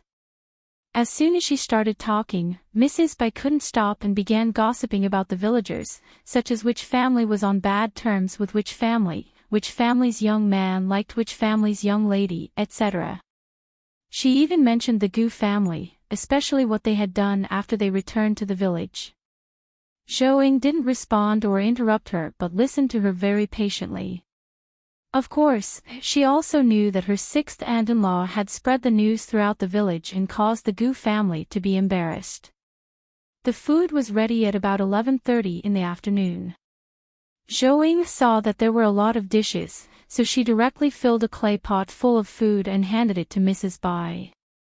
"Auntie, I've prepared more than enough food today. Take these home and let Grandpa Qian and the others try my cooking." "How can I do that?" Take it. You've been busy helping me for half a day. Don't I have to pay you for your work?" "No, take it. I'll have to trouble you to come over and help tomorrow. Otherwise, I really can't do it alone." After Zhou finished speaking, she directly stuffed the food into her hand. "Well, all right, but only this once." "All right, just this once." After Mrs. Bai left, Zhou went to the front and called everyone for lunch. After washing their hands, they went to the kitchen and saw the scrumptious stew in the pot. They were so happy that they couldn't close their smiles. Qian Joshi laughed. "Everyone, don't just watch. Quickly help yourself." After speaking, he picked up the bowl beside him and scooped himself a bowl. Yes, yes, Gu Qingrui echoed. Everyone, please don't be shy. Eat up. After he finished speaking, he handed Qian Jiaxi a pair of chopsticks. At that time, Zhou also finished cutting the flatbreads and placed them next to the pot. Just eat as much as you want until you're full. Missy, if we eat until we are full, we won't be able to do work in the afternoon. Qian Jiaxi said happily as he took out 2 pieces of flatbread. Indeed, this is a tasty meal. It will not be easy to work after eating this.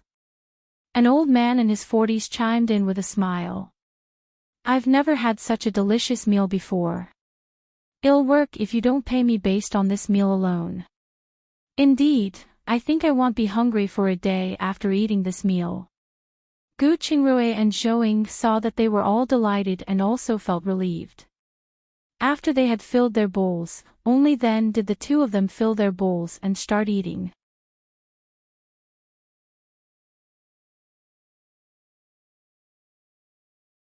Chapter 30 Repairing the House, 3. Although everyone ate as much as possible, there was still a large portion of vegetables, and nearly 1/3 of the flatbread was unfinished.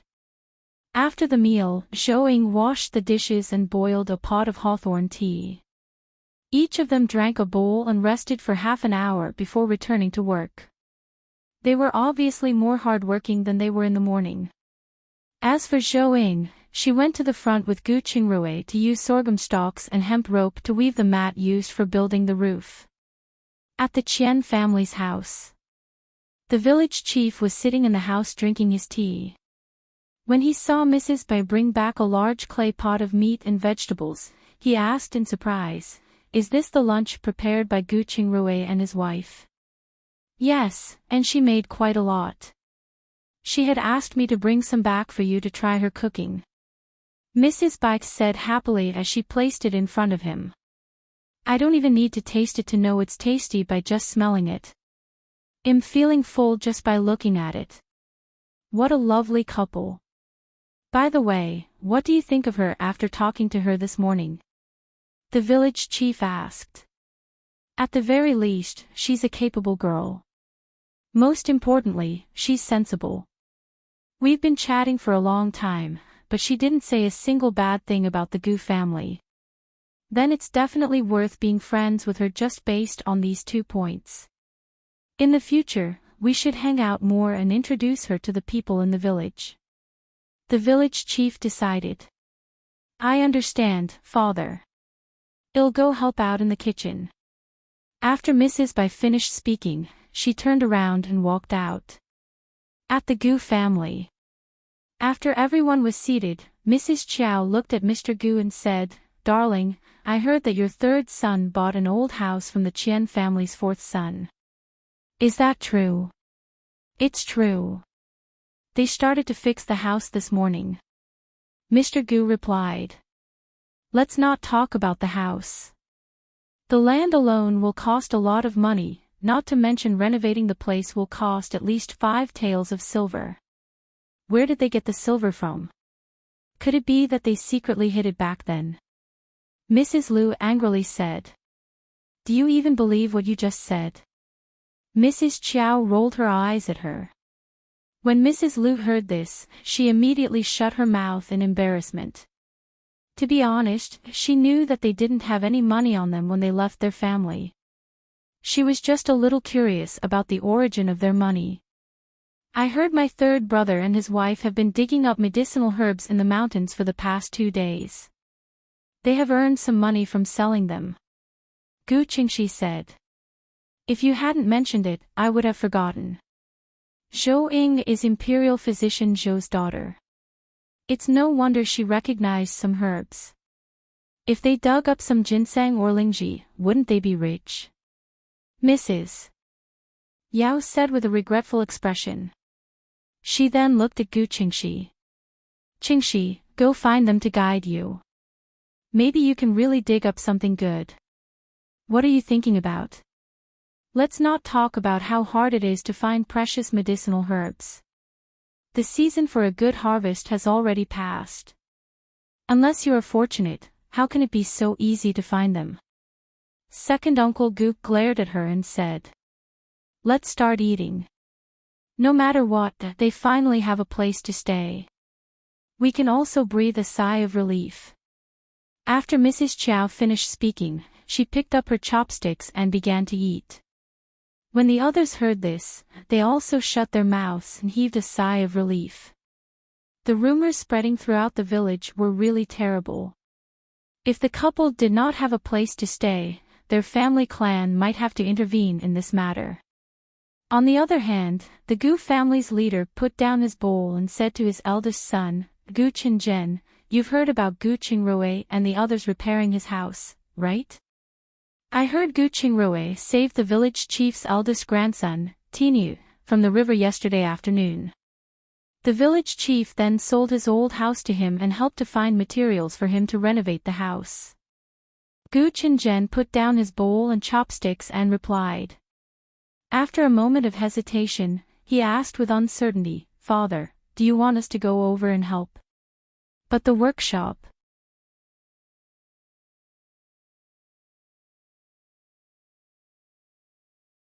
Chapter 31 Repairing the House. 4. The family clan leader nodded and said, "It's not like the workshop is short of a person for a day or two. We can't let the Qian clan take care of our Gu clan's people. Isn't this a slap in the face of our Gu clan? Besides, I heard that Gu Qingrui has medical skills. In the future, if we are sick and urgently need medical attention, we might need to look for him. Don't ruin our relationship. We didn't do anything when they were separated from their family. Even if we do something now, they might not be grateful for our help." The patriarch's wife, Mrs. Wang, spoke at this time. "That's right. If we had helped them before this, that would have been the help that they so desperately needed. Helping them now would only be like adding flowers to a bouquet." Gu Qingzhen agreed. The main thing was that he could not stand Gu Shengrui's indifferent attitude, as if he owed him 100 taels of silver. It's better to add flowers to a bouquet than to watch and not care. The clan leader said unhappily, then paused for a moment. "By the way, don't we still have some wood in our house? Although it can't be used as a beam, it's not a problem to use it as rafters. We also have some sorghum stalk. Although it's not much, it's a kind gesture." "Okay." Gu Qingzhen responded unwillingly. After eating, he took his younger brother, Gu Qingxi, and got busy. The patriarch stood up and said to Mrs. Wang, "Bring some dishes over later and see if there's anything you need help with." After he finished speaking, he went out and took some sorghum stalks from the storage room, then used them to make a broom and a curtain. Although these things were not valuable, they were essential in life. Mrs. Wang came out and saw how busy he was. She sighed, picked up the basket, and went to the cellar behind them. She took out more than 10 long radishes, a big melon, 2 small pumpkins, and some dried vegetables. She placed them on an ox cart that Gu Qingzhen and his brother had packed and said, "Let's go. Let's go together and see if there's anything else we can help with. Then mother, do get in the cart." Gu Qingzhen nodded and said, "It's a good day today. Let's walk." After Mrs. Wang finished speaking, she walked out. Seeing this, the two brothers had no choice but to follow as they drove the cart. When they arrived, everyone had just started to get busy. Gu Qingrui was stunned when he saw them bringing something over. He quickly stood up and greeted them, "Aunt, Brother Qingzhen, Brother Qingxi, you've come." Zhouing also stood up and greeted everyone. "Your uncle heard you bought a house and wanted to renovate it. He was afraid there wouldn't be enough materials, so he sent some over." Mrs. Wang said with a smile. "Do give him my thanks. We really do lack wood at the moment, so don't mind if I do." Gu Qingrui hesitated for a moment before accepting it. Because regardless of whether the other party wanted to save their dignity or had ulterior motives, he had no reason to refuse at the moment. Otherwise, they would definitely be on bad terms. However, as far as he knew, the clan leader was a good person. Otherwise, he would not have given the 100 acres of land and the oil mill's dividends to the Gu family. Therefore, he decided to try to be on good terms with them. He immediately walked toward the ox cart with enthusiasm. On the other hand, Gu Qingzhen and his brother looked at Gu Qingrui, who had changed from his usual enigmatic tone to a warm and welcoming one. They looked at each other and greeted each other happily. The three of them then started to unload the cart. On the other side, Zhou invited Mrs. Wang to sit and said, "Auntie, please sit down. Let me pour you a bowl of water. Don't worry about it. I came over after drinking enough water at home. Let's hurry up and make a mat so you can move in earlier." After Mrs. Wang finished speaking, she took over Gu Shengruo's position and busied herself with weaving the mat. You're tuning into the LoveLore Library YouTube channel. We're so grateful for your support, and don't forget to subscribe to join us on this incredible journey through captivating stories. Your generosity through donations truly makes a world of difference, as it's the primary source of revenue that allows me to expand and enhance this channel for you. Thank you from the bottom of my heart for being a part of this adventure.